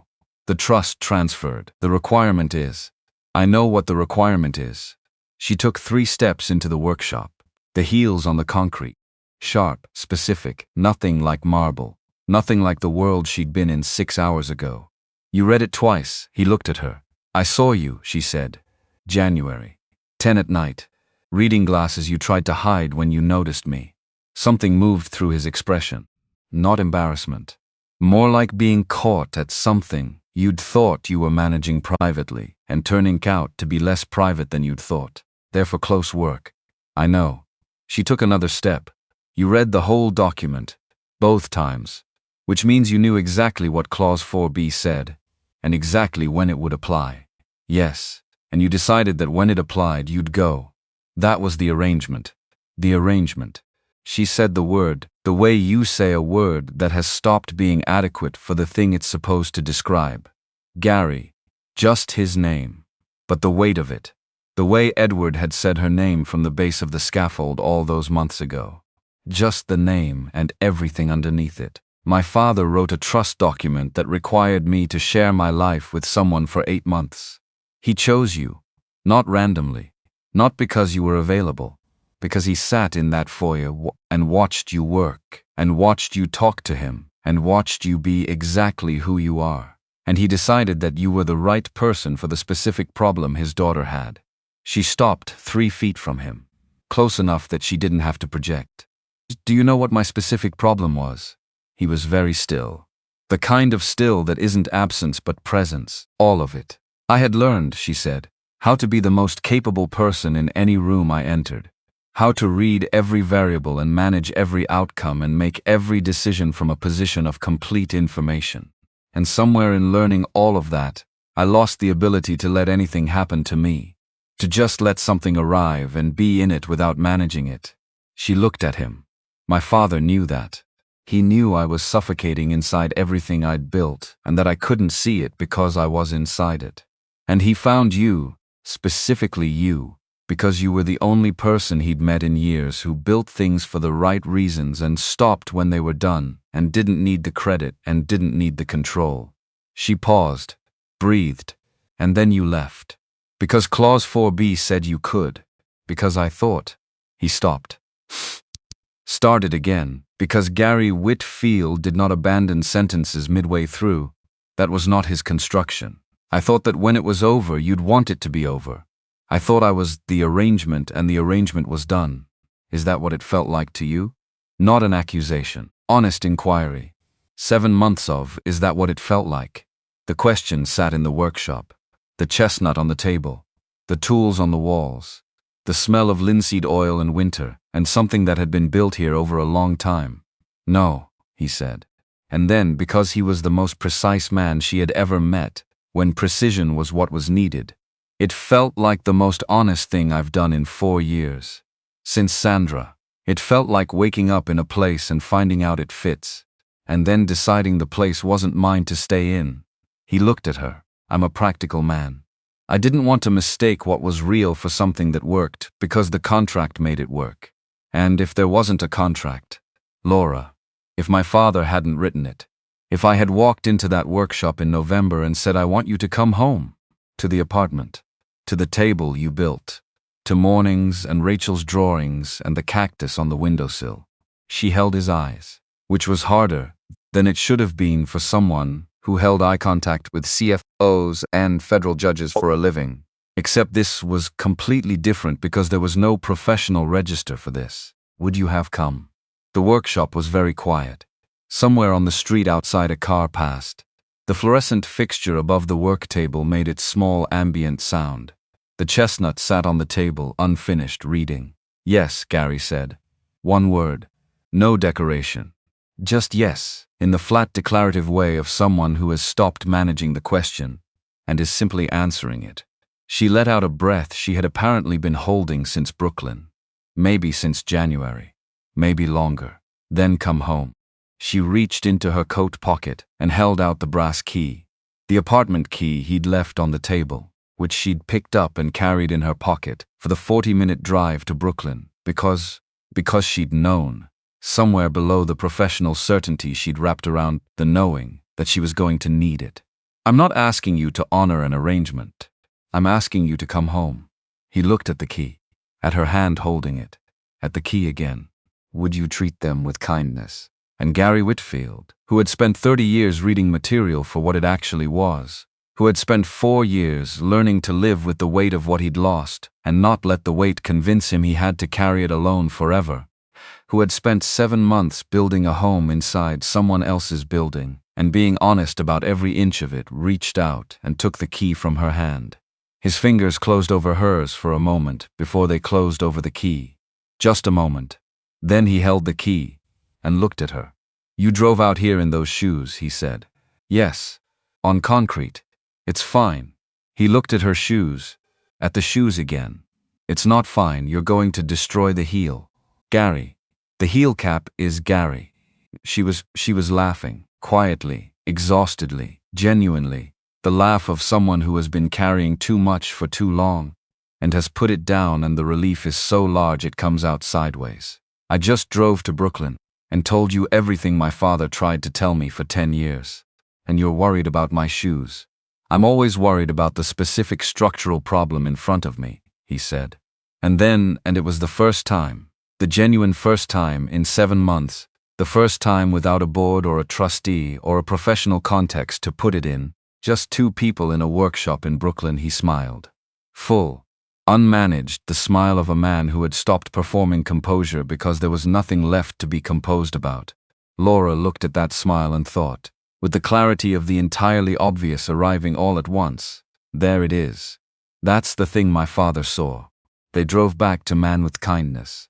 They drove back to Manhattan together in the car she'd taken from the apartment, the driver, to his considerable credit, having waited without comment in a loading zone on a Kensington street for 45 minutes. Which Gary tipped him substantially for before Laura could. They rode in the back seat with the city going past outside, and Gary's tool bag on the floor between them and Laura's heels off, finally held in one hand, because the heel cap on the left one had indeed been compromised, and she was not going to argue about something he was right about just because being right about the heel cap was extremely Gary Whitfield, and she was discovering that extremely Gary Whitfield was a thing she had no remaining resistance to.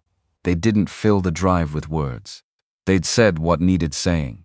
The rest of it, what came next, what this was now outside the structure of a trust document and a clause and a defined period that would develop the way things developed when they were real. Not planned, just real. Rachel was at the kitchen table when they came in. She looked up from her drawer, looked at Gary, at the duffel bags he was carrying, at the key in his jacket pocket, which she could not actually see but seemed to clock anyway, the way Rachel clocked most things. "Hi," she said to Gary. "Hi." He set the bags down near the elevator. "Not at the door, not a temporary placement. Just put them down the way you put things down in a place you're going to unpack from." Rachel looked at Laura. "Good?" Laura, who managed every room she entered, who read power dynamics before she walked through doors, who had spent 34 years learning how to be the most prepared person in any situation, looked at her sister and said yes. Rachel nodded, looked back at her drawing. "I'm making pasta," she said to no one and everyone. "There's enough." There was enough. There was more than with kindness. There was more than enough, actually, because Rachel had made the pasta the way she made most things, with ambitious quantities and no plan for the remainder, which Gary had pointed out in November was a feature and not a flaw, because it meant there was always lunch the next day. They ate at the walnut table. 3 plates. Rachel complained about her section drawing, which she'd revised twice today, and was considering revising a 3rd time. And Gary said the 3rd revision was usually the right one in his experience, and Laura said that in with kindness. And Laura said that in her experience the 3rd revision was usually overcorrection, and you should look at the difference between the 1st and 2nd before deciding whether the 3rd was necessary. Would you them with kindness? Rachel's looked between them and wrote something in her sketchbook, which she did occasionally when the conversation produced something worth keeping. After dinner, Rachel went to her room. Gary washed the dishes. Laura dried, the way she did now, automatically, without discussing who did what, because they'd stopped discussing who did what somewhere around December, and just did it. She was drying the last plate when she said, "The 2nd evaluation report. The trustees submitted it this morning." He handed her the final mug. "What did it say?" "I don't know the full content. My attorney summarized. It said," she dried the mug. "It said that the domestic environment observed was consistent with genuine shared life, that the relationships demonstrated between us and with the dependent minor in residence, meaning Rachel, were not performative." She put the mug in the cabinet. "That the trust beneficiary had demonstrated, in the trustee's professional assessment, a capacity for sustained personal partnership inconsistent with the concerns raised in the original trust document." Gary let the water run for a moment after the last dish, then turned it off. "My father," Laura said, "wrote a trust document that required an independent panel of professionals to confirm that his daughter was capable of being a human being." She leaned against the counter. The humor in it and the sadness in it occupied the same sentence without contradiction, and the panel confirmed it, based on evidence collected over 7 months in my own apartment. "Based on evidence that was real," Gary said. She looked at him. "Yes, it was." He dried his hands, hung the towel on the oven handle where it always went. "What happens now? With the company? The merger proceeds. The board is reconstituted. Diana Marsh is being considered for chair." She folded her arms, but loosely, not defensively. "Ronald resigned. Brett Halsey is leaving at the end of Q2. We're rebuilding the senior team around people who want to build something rather than extract from something." She paused. "My father would be satisfied, or as close to it as he ever got." "He was close to it," Gary said. "I saw him in the last weeks. He was close to it." She was quiet for a moment. The apartment held the quiet the way it held warmth now, as part of its character, not its vacancy. "He was right about you," she said. "He was right about most things. He was right about this." She looked at the kitchen, the cactus on the sill, the cast iron on the stove, the room that had become a room people cooked in, and then at Gary. "He saw something in you that I was going to be too busy to see for myself, and he arranged things so I didn't have a choice." She paused. "I'm not sure whether to be angry about that. I'm not sure it matters. It probably doesn't." She uncrossed her arms. "He also saw something in me that I couldn't see, or chose not to." She met his eyes. "That I was capable of this, of not managing everything, of letting something happen." Gary looked at her the way he looked at finished work. Not with satisfaction exactly, with the specific quality of attention you give to something that is complete and sound and will hold what it needs to hold. "You're better at it than you think. I have evidence to the contrary going back 34 years. Evidence from before the control group was introduced. He said it straight. She laughed. And it was the real one. The one that came from the part of her that Rachel and Gary had been quietly, incrementally making room for since November. She went to bed that night in her room, and Gary went to the guest room, his room now, in the way it had always been his room. Would you treat them with kindness? Because that was the honest state of things, and honesty was not something either of them was willing to compromise, and Rachel's light was on under her door, and the apartment was warm, and outside the March city was doing what it did. In the morning, Gary's alarm was at 5:30, and he made coffee by 6 and stood at the kitchen window in the low early light that came in at a different angle than it had in February. Slightly higher, the light of a city moving towards spring, and he thought about Edward Hargrove in his wheelchair at the base of a scaffold, telling him we all need something. And the trick is finding someone whose needs align with yours, and thought about whether the old man had known even then how precisely right he was going to turn out to be. He probably had. He was a precise man. Laura came out at 6:15. She was wearing a gray sweater over her pajamas, her hair down, which Gary had come to understand was the indicator of a morning she'd given herself permission to not be immediately operational. She poured coffee, stood at the kitchen window next to him with the Manhattan morning happening below. Not touching. Would you treat them with kindness? Just standing in the same space, which was its own language now, the language of two people who had learned each other's presence well enough to be in it without needing to manage it. You have the Soho delivery today, she said. This afternoon. You have the reconstituted board's first call. 9 o'clock. She turned her mug in her hands. Rachel's final presentation is Friday. I know, she asked me to look at the final section drawing last night. It's good. The load path is clean, Laura. She's been working on it since January. Gary, it shows. They stood in the kitchen in the March morning light, the city below them, coffee in hand, the walnut table visible through the doorway behind them, with its warm grain catching the early light the way good wood always caught it, honest and unhurried. Axton, Laura said. He looked at her, because she never called him that. Nobody called him that. His name was Gary, had always been Gary, except on the legal documents she'd filed 7 months ago which used his full name, which was Gary Axton Whitfield, the Axton a family name from his grandfather's side that had bypassed 2 generations before landing on him as a middle name he'd never used. She'd read the documents. Of course she had. She read everything. What made you go back to the apartment, he said. When I left the key. She considered. She was honest with her considered answers the way she was honest with everything. Now. Not immediately, not performatively, but when she'd found the right words. The table, she said. You left the key on the table. Not by the door. Not on the counter. On the table. She looked at the walnut surface through the doorway. I knew what that meant. You built it here. You left it here. But you put the key on it because you wanted me to find it there. She paused. That was you saying something. He had not been aware of making that choice consciously. But she was right. He had made it. What did you think I was saying?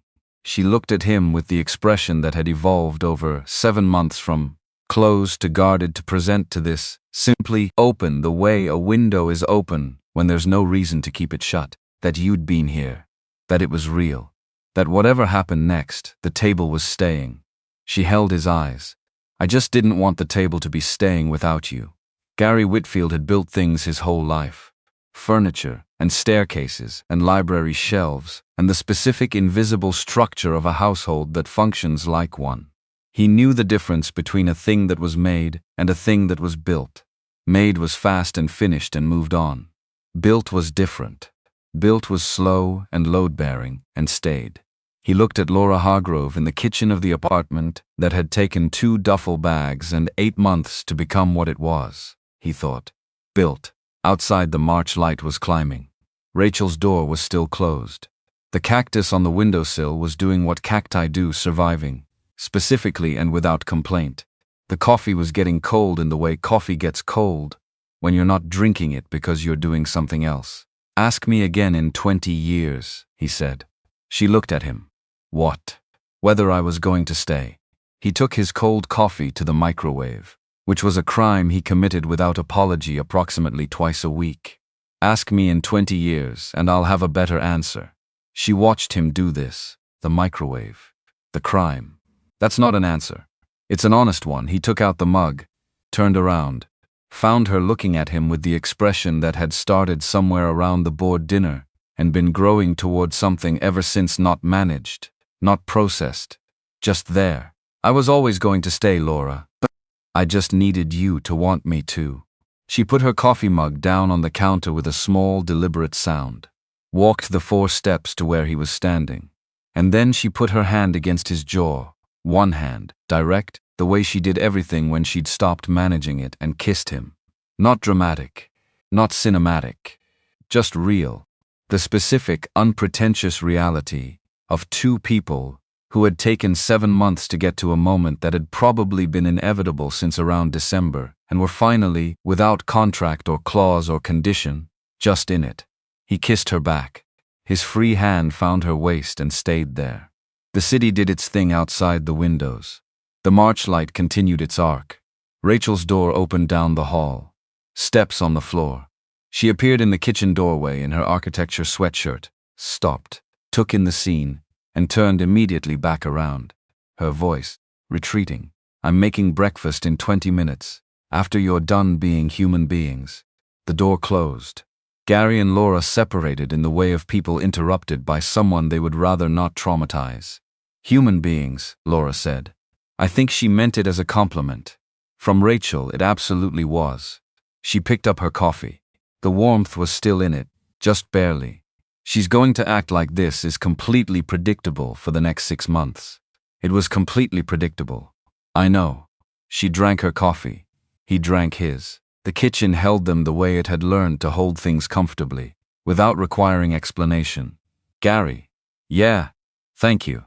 She said it the way she'd said it once before, at the kitchen sink after the board dinner, except this time it carried everything that had accumulated since then, all 7 months of it.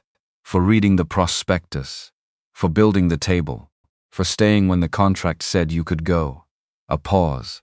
For coming back when I asked. You drove to Brooklyn in those shoes, he said. The least I could do was be there when you arrived. She made a sound that was several things: a laugh, an exhale, something else that didn't have a business category. The heel cap was fine, for the record. It absolutely was not fine. It was completely fine. Would you treat them? They were still arguing about this, the specific intimate argument of 2 people who have earned the right to the argument. Would you treat them with kindness? When Rachel came back into the kitchen at 6:45 and started pulling things out of the refrigerator with the focused energy of someone who had decided that everybody had had enough of their feelings for one morning and what was needed now was eggs. Gary made the eggs. Rachel directed. Laura sat at the walnut table with her coffee and her phone, which she put face down without checking it, which was, Gary had learned to understand, her version of an announcement. 3 plates. The March light on the table. The cactus on the sill putting out a new growth that Rachel had been tracking for a week. Somewhere 43 floors down. Manhattan doing what Manhattan does, enormous, indifferent, and entirely unaware that in a kitchen above it, something small and load-bearing and real had been built and was now, without clause or condition, simply holding. That was the whole story. Not the trust, not the board, not the merger or the voting shares or the 50 pages of legal language that had started it. Just this. 3 people at a walnut table on a March morning, eating eggs, talking about a bridge that wasn't finished yet. Some things are built to last.